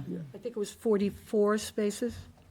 Don't know. Which how does- they- I don't know how It's they in the could have fit 40s. all of that on with that many parking It was spaces. at least 41, I So know. there's that issue. I think just as a planning board, we could mention that it would be extremely beneficial, if not required, that we get a new letter that reflects exactly what they're doing, which is 27 units. That would be number one. The second one, I read the traffic report. We can also ask the BZA to require a peer review of that traffic report. The traffic report was very sketchy and very light and kind of fluffy, and really didn't examine the entrance, the exit, how close it was to sort of the DQ, and then Did you look at the full? I just sent you the excerpt. I did. No, I didn't read the whole thing. There's a whole detailed traffic study on there. Right, but we can still ask for peer review. We can still ask for peer review, because I Yeah. didn't think the traffic Chapter study was. 53G, they Look what we went, they went through torture over on 6A when they were doing the Davenport thing. They had 2 or 3 traffic studies, and that was just based on a curve in the road. So I think that could be something that again, that would be something that would be added to the conversation. And then the last big thing is, can that permit be sold? Can the permit and the site be sold? And I've been told it can be. So what we're engaging in terms of conversation, that whole thing might be sold, and they could put all affordable housing in there. And that would not be anything that would be consistent with either the village concept or the long-range plan. Sort of planning issues that we've emphasized. It doesn't have to be anything in depth, but we could say over our comprehensive long-range plan tried to balance the needs of housing and economic development along Route 28. And we also referenced that in that when we commented 2 years ago. So we could reference those comments from 2 years ago, that we continue to support a better balance, that kind of thing. And then answering the question, asking for a peer review study, and then the big question is, can the site, and if it is sold, are they required to come back and notify the town? Yeah, I think I did talk to Mary Wagon about that today, and she is compiling her list, and one of them to go to Jay Tallerman, Town Council, to ask him that particular question, and then whether maybe the comprehensive permit could be conditioned, that if this is, Right. if anything changes, you need to kind of come back for me in the legality of doing that for a Chapter 40B At least tell the project. town, yeah. Yeah. So if we, I support Mary's memo, and then if we wanted a paragraph at the end about issues of interest to the planning board or something like that, we could mention the work we do in the comprehensive plan, the top of a shop idea. We would recommend a peer review study, and then, if it is allowed for the permit and site to be sold, that they be required to come back and notify the town. And that was sort of consistent with everything that we've That all seems reasonable. planned about, yeah. Well, Susan's very reasonable, Susan. Yeah, I think that ZBA hearing is going to be, I'm not sure what the word is, interesting. That's the right word. That's the right word. Because I don't understand how the ZBA cannot look at all of the data compiled by the town Right. Yeah. and not have many, many, many questions, which I'm assuming need to be asked now, because if I read the mass housing letter correctly, this approval expires on October 23rd. Right. Because it was given in October 23rd of 2023. Correct. Now, I assume there's a process through mass housing where the applicant can say to mass housing, hey, we're in the ZBA process now. They can ask for an extension, I think. But it is time to get this yay or nayed. Right. So I do agree that we should very strongly support what Mary wrote, as already stated, and then in addition, some of the things that Susan just suggested, Madam Chair. Sort of Thank you. a planning spin Yeah. to it. And I I think, want to talk about things like density. I was just going to say All that you that mentioned the Buffers density. and. I mean, Setbacks, the and setbacks. are architecture. Well, as I said to Kathy Trees, at the trees, the beginning of the meeting, I'll pass Yeah, these Kathy, out. do you mind putting This that is- slide up so everybody can see it? Which one? This is a picture of what they originally I remember submitted this. that got approved. Yeah, we remember this. Really nice. We talked about, did we not talk Cover about? of their application. But this was 2 years ago. Yeah, it's And really nice. remember- But that's Kathy- what, Kathy's that's what, raising her hand. If you look at the full application, that's the rendered drawings. If you look at the flat drawn elevations, they're of a different building. Yeah. This was just, this was never proposed really for this particular site. I see. No, but it was mixed use. It was mixed use and it It had was two definitely mixed separate use. Because we buildings. tacitly endorsed it, because it was mixed use. Because it was mixed use. so this cover sheet for their original application really wasn't, Fantasy. Literally. If you look at the elevations, the actual drawn elevations. In the They were original. a different building. Oh, yeah, it was different. It was a different building. It was long and narrow. And I think it might have been a building similar to the one that Peter sent for the green stacks. The thing is there, that pretty building, I don't think that's a green stacks building. no, I'm sure it's not. So, But at least they were thinking about something pretty. At some point. At one point in this They made it the process. cover of their original application. Sure did. understood, but I don't think it is representative of the rest of the application. And this is not that. No, and I mean, maybe that's the big difference here is, originally, they had the one large building. Yeah, and it was going north to south with the cut on 28 directly. Exactly right. And we had the conversations with the fire chief, Right. got some relief there, but I mean, Kathy, I think you touched on, I think one of the things that really should be focused on is the density on this parcel Yeah. is way too much. Way too much. It really And is. the it's only, fact what, that an acre and a quarter? not even. 0.09. Oh, no, wow, I gave it too not much even, credit. Yeah, not even. Sorry. And the density creates significant safety issues. Absolutely. I mean, getting, And has not, and without enough parking to begin with. and the other thing that I think is unusual is, in spite of the fact they went in front of design review, and they made all sorts of comments, nothing's changed. They did not. They did not make any changes, No, they right? didn't. They did not. I think They went to site plan they review, went to site plan review. not design. Having gone to The design. site plan. They didn't even have to come to site plan review. It was kind of recommended that they come and kind of see if there's some things that they could do to tweak And they made no changes. the design. I think I think there's some things that they could do to these buildings. I think the key issue here is, do you want one big building or do you want the smaller buildings? And my recommendations was, you have these two buildings in the front, maybe those stay the 3-story, but then when you're butting down, go down to 2 stories. Which It'll is what we saw during the mixed-use analysis work that people were doing on our behalf. Right, exactly. So it Right. will decrease your density, which will help with the ratios for the parking, and it will also be that along with keeping, there's beautiful trees there on the south end of that property. yeah. And it's clear cutting, you're clear cutting it. With the exception of the one big tree on the corner. Except for in the front, Yes. yeah. Everything else goes, and that lot is loaded with mature trees. Yep. So I had sent some planner suggestions, like things that you might want to consider talking about, whether it's the density, the parking ratio, and, parking along Pine Grove Street or within grassed areas or buffers should be prohibited. You guys did a great job, the Community Housing Committee did a great job, I think, talking about that in their letter. So if you're going to support that, I don't know what, you may not need to do this. The idea of open space and playground. Right. There's just no space. And also visitor parking. People are going to have visitors and there's just no place. Parking is a period problem, Problem no matter how you look at it. totally, right. They're asking, at least on one of the pieces of literature I read, they're asking for 8 significant waivers. In a normal project, any one of them would be enough to deny it. Because they're all very important. People, the whole density issues usually, setbacks, people don't think setbacks are important. They're very important. But the parking in this town is very, very serious. And I don't know how they get from here to there with 1.1 parking space. There's no, they'll be parking along Pine Grove Road is what they're, They can't do You that. can't do that. that's what's Which gonna happen. makes me wonder why, given, and they're not dumb people, these are developers, why they're proceeding with this, because these are significant, these are not tiny little, 5-foot bushes versus mature trees. These are significant issues, and they're plowing ahead.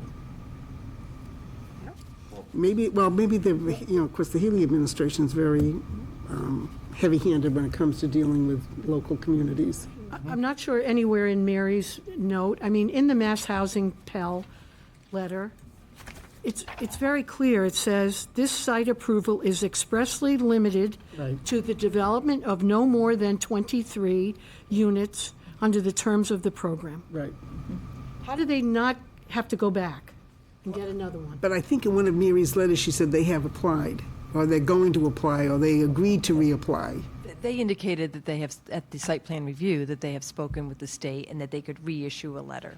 Yeah, well, I think you see that, You yeah. still need to show it. You still and I need it, assume our agreed. friends at the ZBA would very much like to know where that letter And see is. it in writing, okay. and the justification. That's and what gives them the justification. authorization to actually apply. Right, because they wouldn't allow the, If The they didn't have hearing to if happen. they had no eligibility letter, they Right. couldn't apply for a comprehensive permit to No, the ZBA. right. so.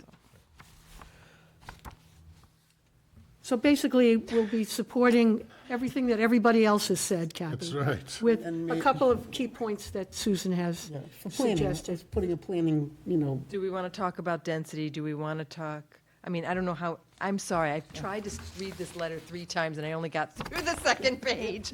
I've just been very, very busy. I would just reference it, Kathy. I But I'm think saying, they've- is there anything in here that's not in here that you want to talk about? Like, I don't know if they talk about the buffers and the vegetation and the fact that you're butting a residential zoning district to the south. I had sent out some comments. Yeah. And I didn't know whether those are things that you wanted to talk about Well- or not.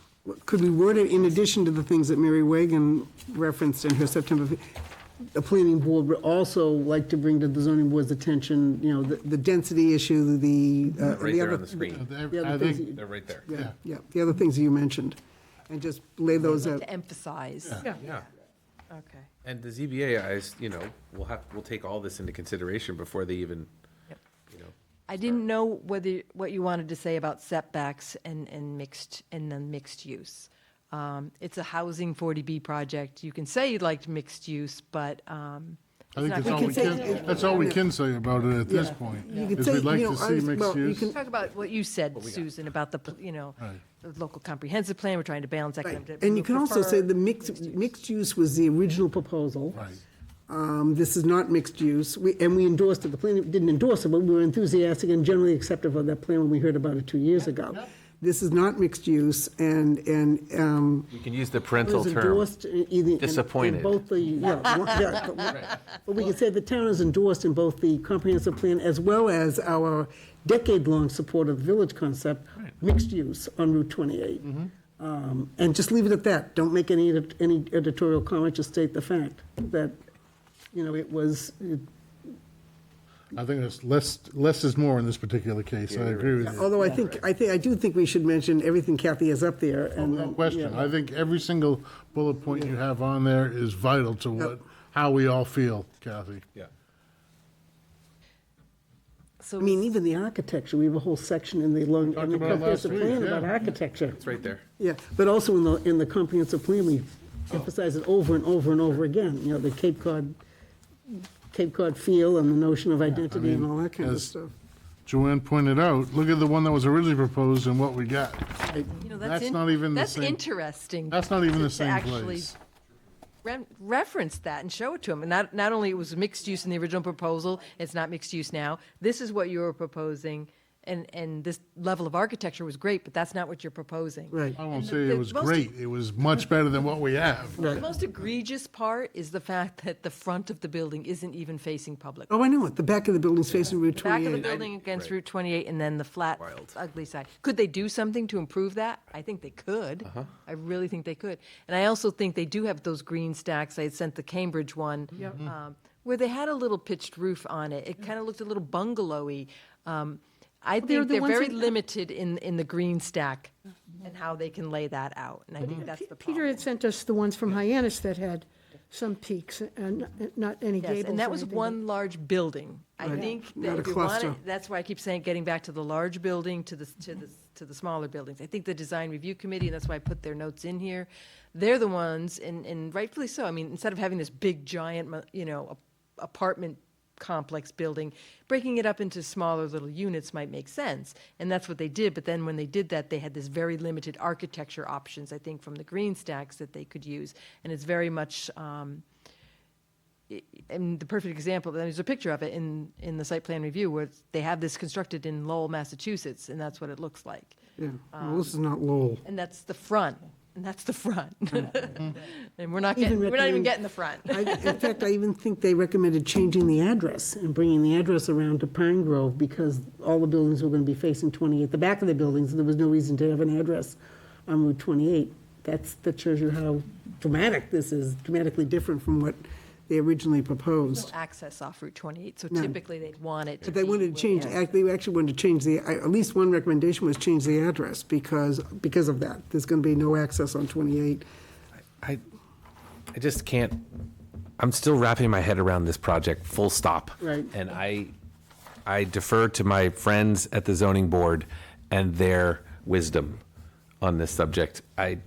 It's just too much on a tiny spot Right. with not enough parking and the setbacks and the architecture. I mean, just the list of it Everything, is just. everything. It seems. Weird, they're going forward I with it. would. I wouldn't. I'll defer on the weird. I don't know. I'm trying to think of the right word. I'm surprised, but I think there's a business obviously end of all this, which is this is a property that somebody owns. That every day and every week and every month it sits there undeveloped is a property that is not making them money.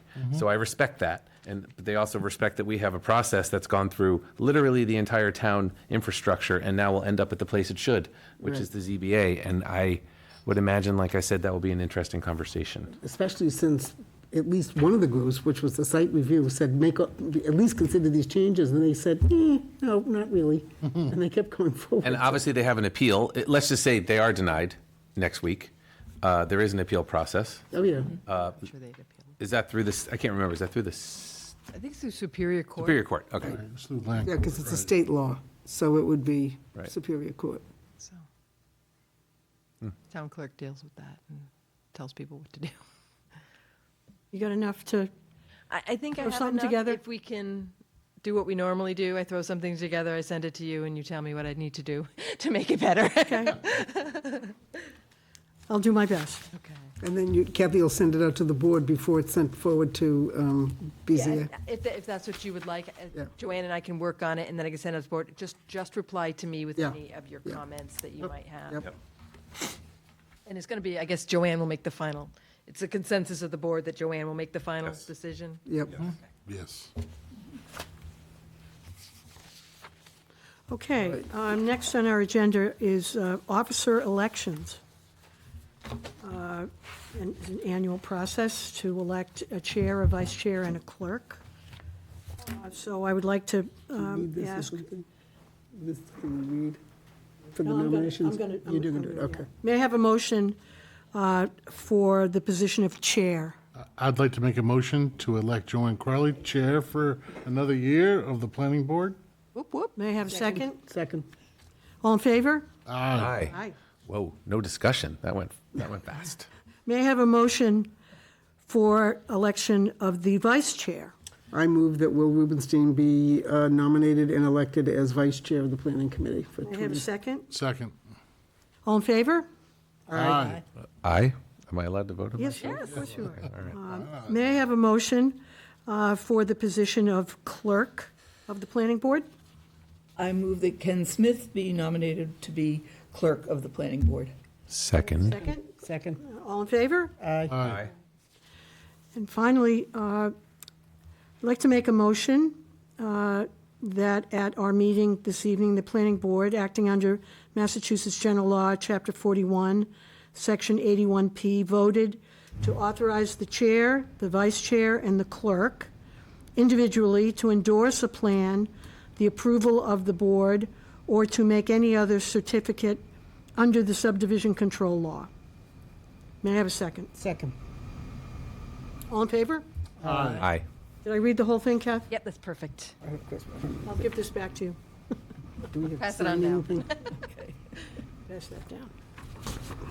Okay, next up is local comprehensive plan. That old chestnut. That old thing. That old It's thing. out. It's out. It's on the streets. It's out. I think BSC Group did a good job incorporating all the edits and expanding on the table of contents, and then we have the glossary and all the backup information from the public meetings have been incorporated in there. I think it looks really good. I think we're in great shape, and it's on the town website now. It was advertised. I didn't double check, but it should be advertised in the Cape Cod Times today and next Wednesday in preparation for October 1st. I don't normally advocate for the death of trees. However, are we going to get a second one of these before Yes. October 1st, and you'll let us know when they're available? Yes. Thank you. I'm sorry. Appreciate the yeah. digital version. No, I just, this is so handy while we're in the middle of it. They may just have giant staples in them instead That's of. fine, that's fine. Or When we, three-hole when we punches. get to the, God willing, when we get to the actual local comprehensive plan approved at town meeting, maybe we can have one that isn't stapled. Definitely. Okay. Thank you, Madam Chair. Next on our agenda, any updates on the Mattakese project, Kath? The Mattakese, they met on September 11th, and they had multiple guests there, all recreation-oriented. We had Paul Nitzwicki from the Cape Cod Chamber and Mary Vilbon from our local chamber, talking about really advocating for some type of sports complex to draw people year-round to our community. We also had a conversation with Steve Reynolds, the Director of Recreation, and Steve Szanski, the Recreation Commission Chair, about the kind of the local needs and the status of that field report that they've been working on. They still have some work to do on that. Hasn't been completed yet, but they really seem to be emphasizing doing their improvements to meet the local recreation needs kind of happening at Sandy Pond. They have a detailed plan for that, but that hasn't been finalized yet. They still, I think, are looking at different discussions with the schools, just with regard to field use or gym use and that type of thing. And then they spend a lot of time talking about how fantastic and all the different programs that they have going on in the Mattakese gym right now, which is heartbreaking because even if you were renovating that, you'd have to stop those programs in order to be able to properly renovate it. I don't know how long, if you were going to build a new recreation center and how we pay for that and all of that, but then there would be, can we limp along in that gym for that long? I mean, it's in bad shape in order to be able to build that. And a lot of things that we were talking about was really maybe incorporating some type of town of Yarmouth recreation use within a sports complex itself, so public-private partnership. So that's going to take a time to get that all in place and to get that built and getting us to use it. So I think Mattakese showed the potential but we don't really have a permanent home for all of that, those great things that they're. You said Mattakese. Do you mean recreation showed the potential? I'm confused. I'm sorry, what did I You say? said Mattakese showed the potential. You meant the recreation The gym. folks The showed the gym showed potential? the potential of the recreational programming that All right, can thank be you. with access to an indoor gym. Yeah. Kathy, have they done any, on the concept of sort of a complex, a sports complex, have they done any market analysis? Good question. They did one in 2015, but they actually the regional chamber has applied for a grant to update that. Okay. They need. The Cape Chamber did one, because I was part of that. Did a market analysis of sports complex on the Cape, what we currently have and what we could use, Right. and what type of business it would attract. Right. And like you just said, that was done Yeah. many years ago now. Right. And So they're updating that. Yeah, actually, and if they ever get to a point where it's got traction, I would strongly recommend they take a trip up and talk to the people in Waltham. Because Waltham built a huge sports complex that's been very, very successful. And Plymouth. I mean, there's Yeah, places yeah. closer. I'm Right, not saying but- Waltham yeah, isn't good. Yeah, I wasn't aware of the Plymouth one, but Waltham, and it was very, it's got Has the a 4 ton of kids, I think stuff. Uh-huh. But the market analysis they went through and the years of reviewing it, and so it would be interesting to hear, I think, from just an educational point of view, what they went through and what pitfalls they met that we could try to, if we pursue that, if we pursue that. Yeah. Sorry. And also, we have to keep in mind the bridges. If those bridges are really going to be seriously rehabbed, how is that going to impact on any kind of construction schedule that we would have for the Cape? And usage and opening and that kind of thing. Is that going to have it's certainly going to have an impact. How much of an impact would that have on trying to get this thing off the ground? Without question. I mean, hopefully the bridge is being replaced, not Yeah, I was going to say, rehab. there's no rehab. Yeah, Susan. hopefully This replaced. is a I mean, I think building that a new one next to there's the a lot old of one. different factors that are going into The this. sewer is the one that Well, I'm just. sewer's one, can't absolutely, understand right how within that- this town. anything can happen. The sale of the conference space at Hyannis Resort and Conference Center has a huge bearing on what is available on Cape Cod for large groups, whether it be cheerleading groups and all sorts of stuff that would go to the conference center, that we're gonna lose that business. Yeah. And, I hope we continue to move this process along.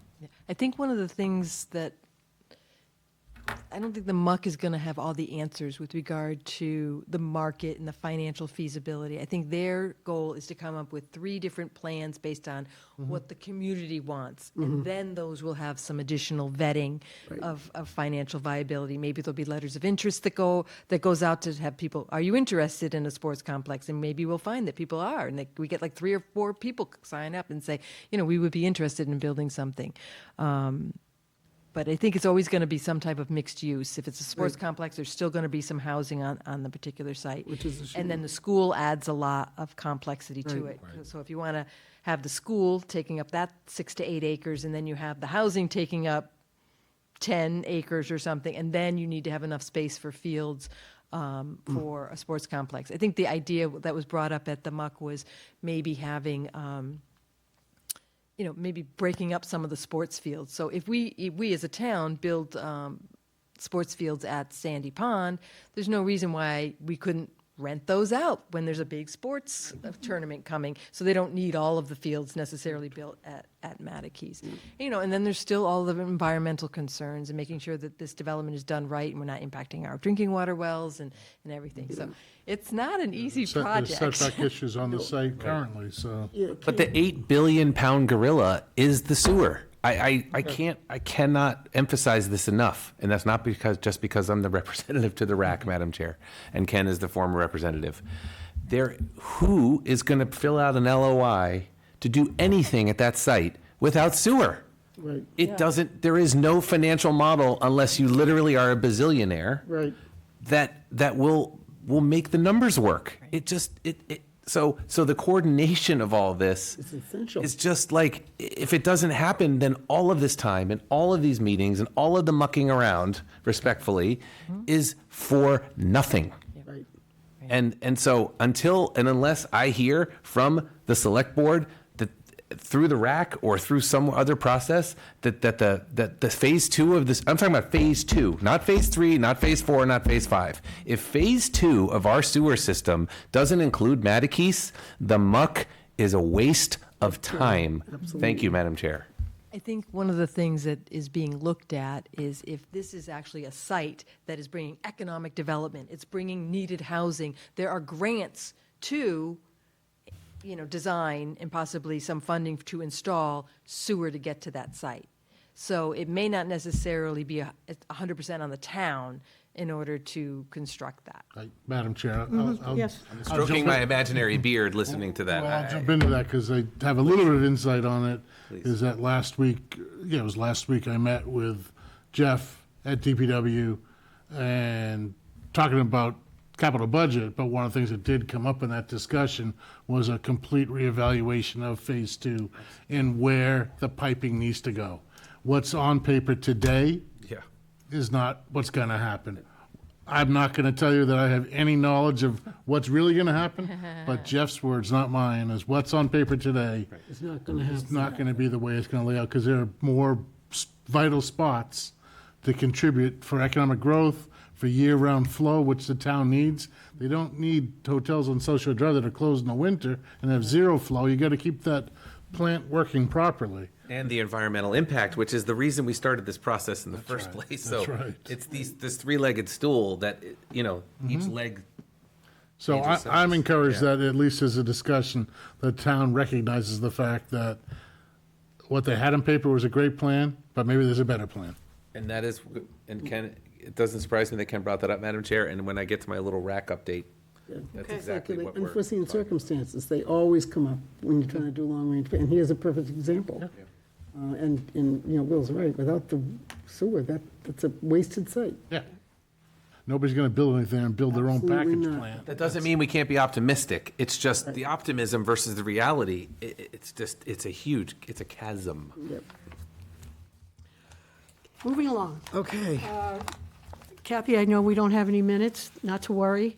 Not to worry. forgiven. I worry because this is I'm like 3 minutes behind, including tonight, and We're that okay with causes that. me anxiety. So, I forget what happens. committee updates. Who has a committee update? Briefly do library. Oh, okay. I met last week. Everyone's chewing on the fact that the information seems to be drifting more in the line of it's probably protected property, and we ought to be looking at another site. The architect did, remember that the entire site was made up of 2 parcels, 50 and 60. We were focused on 50, forget 50. We're now looking at 60. They did do a spectacular rendering of a potential building right in back of the Bridgewater State building. The site is not great because apparently there's a ravine there, but they can design sort of a cantilevered thing that overlooks, really, really nice. Be a little more, obviously, it's going to be more expensive. And it's not, from what we envisioned, it's not optimum. The library was looking to be the jewel in the crown because we were going to have a town common. Now we're not even sure we're going to have a town common because of how that, the legal decision on the site works out.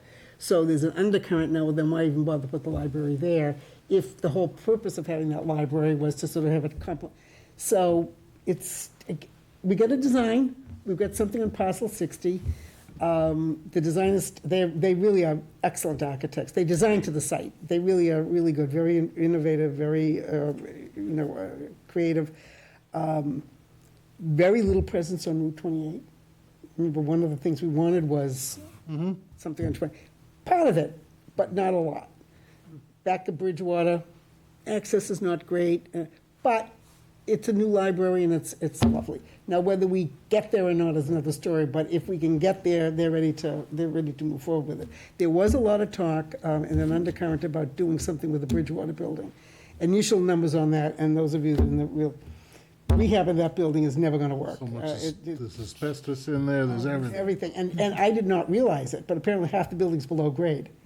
So why would you have a library below grade with no light or anything? So the initial evaluation of that was, good idea, but it's never going to work. It would be a waste of money, throwing good money after a bad project. They are going to come in front of, they're making a presentation in front of the Board of Selectmen They are going to, this is the architect. 7th, on the 7th. Yeah, It's the gonna be same architect. night. They are going to, I strongly said you've got to address Bridgewater, say why it's not going to work. You've got your second site, why it might work, what it will cost a little bit more, and just be, ready to answer questions.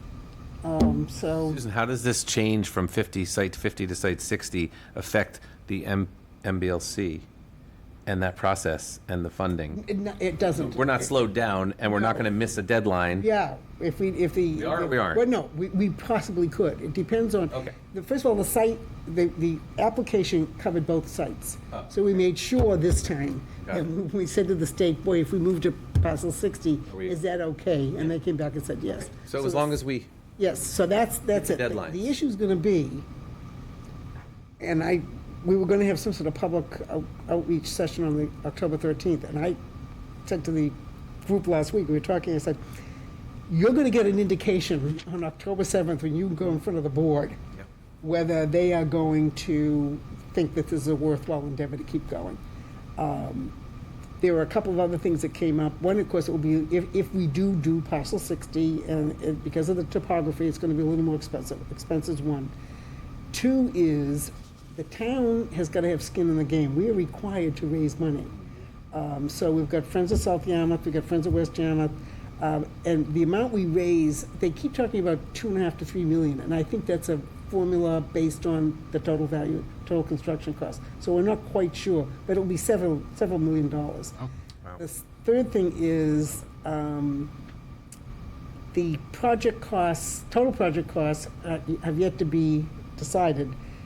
We're talking about construction costs now, but total project costs, we don't have furniture, fixtures, or equipment factored in yet. So that will add to the cost of the project. How big of a building do you know, Susan? Pardon me? How big of a building? It's come down by 2,000 square feet. It was 26,000, they've got it down to 24 because there were a lot of duplication in meeting space. So they did bring it down a little, but it's still a fairly substantial building. square foot for every resident. Just about, just about. That means we can all, do we all get a brick? It says. But they will. I mean, but, that would be cool. But in their presentation to the Board of Selectmen, I mean, they were encouraged There's ratios that you have to follow when you Exactly. build these buildings. I'm sorry. I to be, wasn't get it all out there. We can't do Bridgewater because of this. If we do this other site, these are the things we're gonna, so we're in life support, but we're still breathing.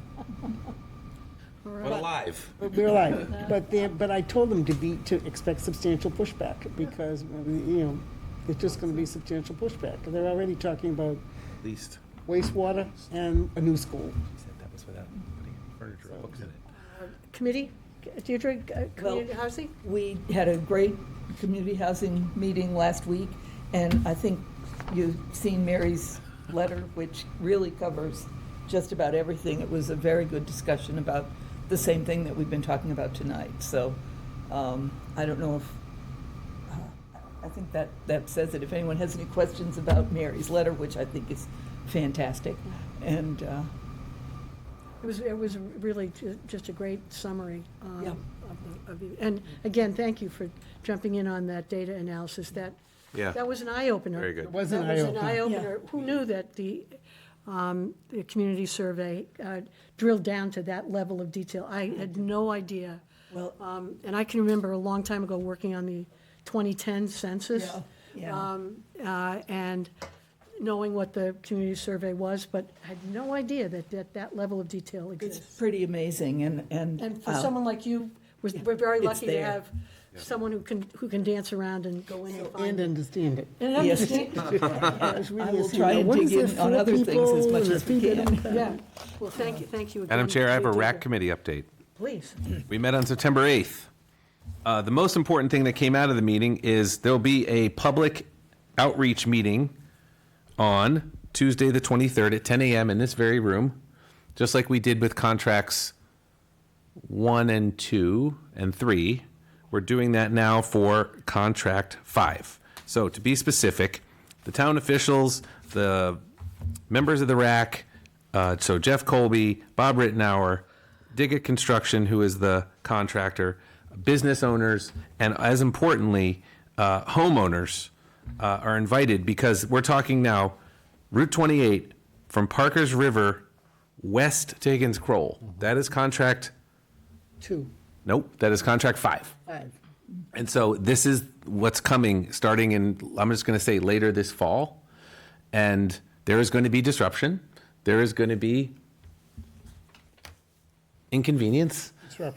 It's just moving west because that's the way the contracts were laid out and sequenced. And so again, it's Tuesday the 23rd at 10 a.m.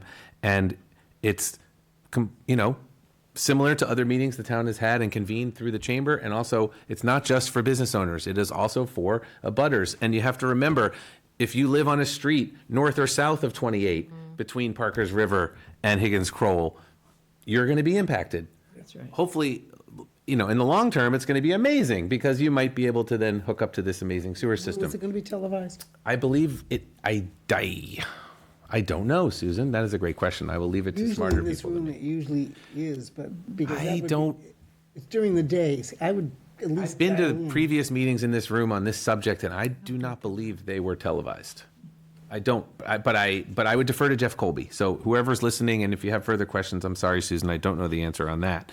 But it is important because it does signify the fact that Contract 5 is about to kick off. Unfortunately, Contract 6 is not. Meaning we are still in a holding pattern as it relates to this pump station location. However, Jeff said there are still ongoing discussions, and these ongoing discussions are now well past 6 months. And I believe, unless I'm wrong, there may be something on, I guess we'll have to look for it on a select board agenda, because I believe in the past I've seen occasionally where they do go to executive session to discuss the conversations about where this pump station can go and any negotiations connected to that. So I guess what I would say is we're asking the questions every month at RAC because that's our responsibility. And remember, there are people from conservation there, people from finance there, et cetera. But I would ask folks to keep an eye on the select board agenda because that's when the white smoke is going to come out of the chimney because we don't seem to be getting it at the RAC meetings. And that's fair because there are negotiations that we're not privy to. But those implications are yet to be seen. About how soon we're going to get this resolved because, again, we can't finish phase 1 without finishing contract 6. And right now, we're about to start contract 5. Also, in the good news department, there will be a little bit of short-term pain, but the paving will be happening. Final paving will be happening on the areas of contracts 2 and 3 on Route 28. Oh, good. That will be happening this fall. Now, what does it mean? It means that one lane of 28 is going to be shut down a lot. So they can pave one, and then they're going to flip it, and then they're going to pave the other one. But I can promise you there will be a happy ending. It's just going to be a little more short-term pain. Speaking of which, I drove into Orleans today to an area that had been undergoing the same kind of sewer issue, and I hadn't been there since June, and it was beautifully paved. It was like magic. Yet we had to suffer as I drove there for many months last year. Are they So coal planning it first and then I putting an overlay on? I'm pretty sure. Sections of the, last week in my conversation with Jeff, that came up, Yeah. because I told him my displeasure in driving that Route 28. Parts of it can be milled and repaved because it hasn't been subsurface totally destroyed. Many surfaces, though, have to take it down to grade, build the grade back up, binder coat, finish coat. So It's going to take. It's long, To takes replace the longer. there's sections that they're only going to be able to do 400 feet a day. No, that's the short-term pain. The long-term gain is going to be pretty high. Oh, yeah. And then that's connected to the next big fun project, in addition to Contract 5, say it with me, the Bass River Bridge. So That starts this fall. so that's starting allegedly November 1 on or about. Is that what you've We'll also never been? get to Chatham again, unless we're on Route 6. No, I'm just saying, all these things are happening, and they can only happen in certain times of the year and in certain ways, but they got to start. Yeah. Yeah, and portions of 6A and Dennis are closed, so Yeah, if you right. want to go to Howard, because of the rent a culvert? helicopter. Oh, because of the culvert work? That's right. Didn't they do culvert work, or they're doing more? They're doing more. Oh, boy. Well, if you want to get to Grumpy's, it's going to be difficult. Red Cottage, Grumpy's, Bucky's, forget it till after boy. Christmas. Today, Winslow. Last thing, Madam Chair, and apologies that this has taken so long, but as Ken mentioned, Phase 2 of our sewer system those conversations are starting, and they will be ongoing, and I would encourage anyone, as Ken said earlier, who thinks that they are part of Phase 2, I would encourage them to come to a RAC meeting pretty soon. And when I say pretty soon, I mean this fall, Obviously, nothing is going to be determined, but by about a year from now, we're going to have a pretty good handle on where phase 2 is going to be. Yeah. Because that is significantly changed from what the original plan was. Again, there's lots of factors, Susan. Right. Mostly, again, starting with the most important one, which is why we're doing all of this, is the watershed permits themselves. And that's going to drive a lot of it, but then you've got all these other competing Interests. forces as well. So fascinating times ahead, Madam Chair. Thank you. You're welcome. Madam Chair, just a quick update on capital budget. I had my first in-person meeting last week, as I mentioned, with Jeff and, is it Lori from Water? Kathy? Yeah, Lori Rizzola. With Jeff and Lori, talking about some of their major capital projects coming up, reflective of sewerage. There's a lot of other stuff going on in the town, too. Oh, gosh. So we went through their process. This coming week, I've got fire, we've got school, we have IT. Next week, we got police. The week after, we have police. So to go through all those. So then we're going to start having in-person meetings with all the departments the following week. So it's a busy stretch for capital budget coming up. You have weekly meetings. We have weekly meetings every Monday. Actually, this coming Monday, we're meeting with the town administrator to talk about some help from the town to help move this process along. Losing Bill certainly is a huge loss from that standpoint. So there's some work in progress to help us along, because it's just a lot of work that, we're all doing it as volunteers, and there's only so much time I can spend on it, and Sandy Fife can spend on it, and everybody else, so. Can I mention one other thing, Madam Chair? Yes. I was appointed as a citizen, I don't know what the word is, to the school building committee. Oh, that's right. And I mentioned it back in May, but the first meeting is actually tomorrow. Emmy Small? Yes, the Emmy Small School Building Committee about the eligibility situation, I'll call it that. The first meeting is tomorrow at 4:30 PM at the Dennis Yarmouth Intermediate Middle School, and it will be on Zoom and YouTube and the internet and all the places. And there is a process, and there may be even, well, anyway, that's kicking off. Okay. Okay. Kathy, any correspondence or staff updates you want to share with us that you need to? No, I don't. Let's just run through the rest of the calendar on meetings. So coming up on October 1st will be the public hearing on our local comprehensive plan. Oh, that small thing? Sorry. October 7th, It's good. We did good. No, I know that. I'm just saying it's really good. When did we start that? many moons Well, if you go back to the visioning, it was during 2021. COVID. Right, 2021. Yeah. I think we started it, I guess I would officially say when did we hire BSC Group to help us with it? It's probably been like a year and a half now. Well, but to be fair, the open space and rec plan, housing production plan, Helped. all those things are part of it, and those started way before BSC got on board. Agreed. So Yep, good point. October 7th, we'll be meeting with the Select Board to review the zoning articles. October 15th is our regular meeting. October 21st, we'll have a review of the local comprehensive plan with the Select Board. And November 5th, the regular meeting, and then November 17th is a special town meeting. sorry, real quick, Madam Chair, if I may. Why is it not on a Tuesday? Mary Maslowski couldn't make it that day. Oh, okay, that's fine. I just was curious. All right. So with that, may I have a motion to adjourn? So moved. Second. All in favor? Aye. Thank you very much. Recording stopped.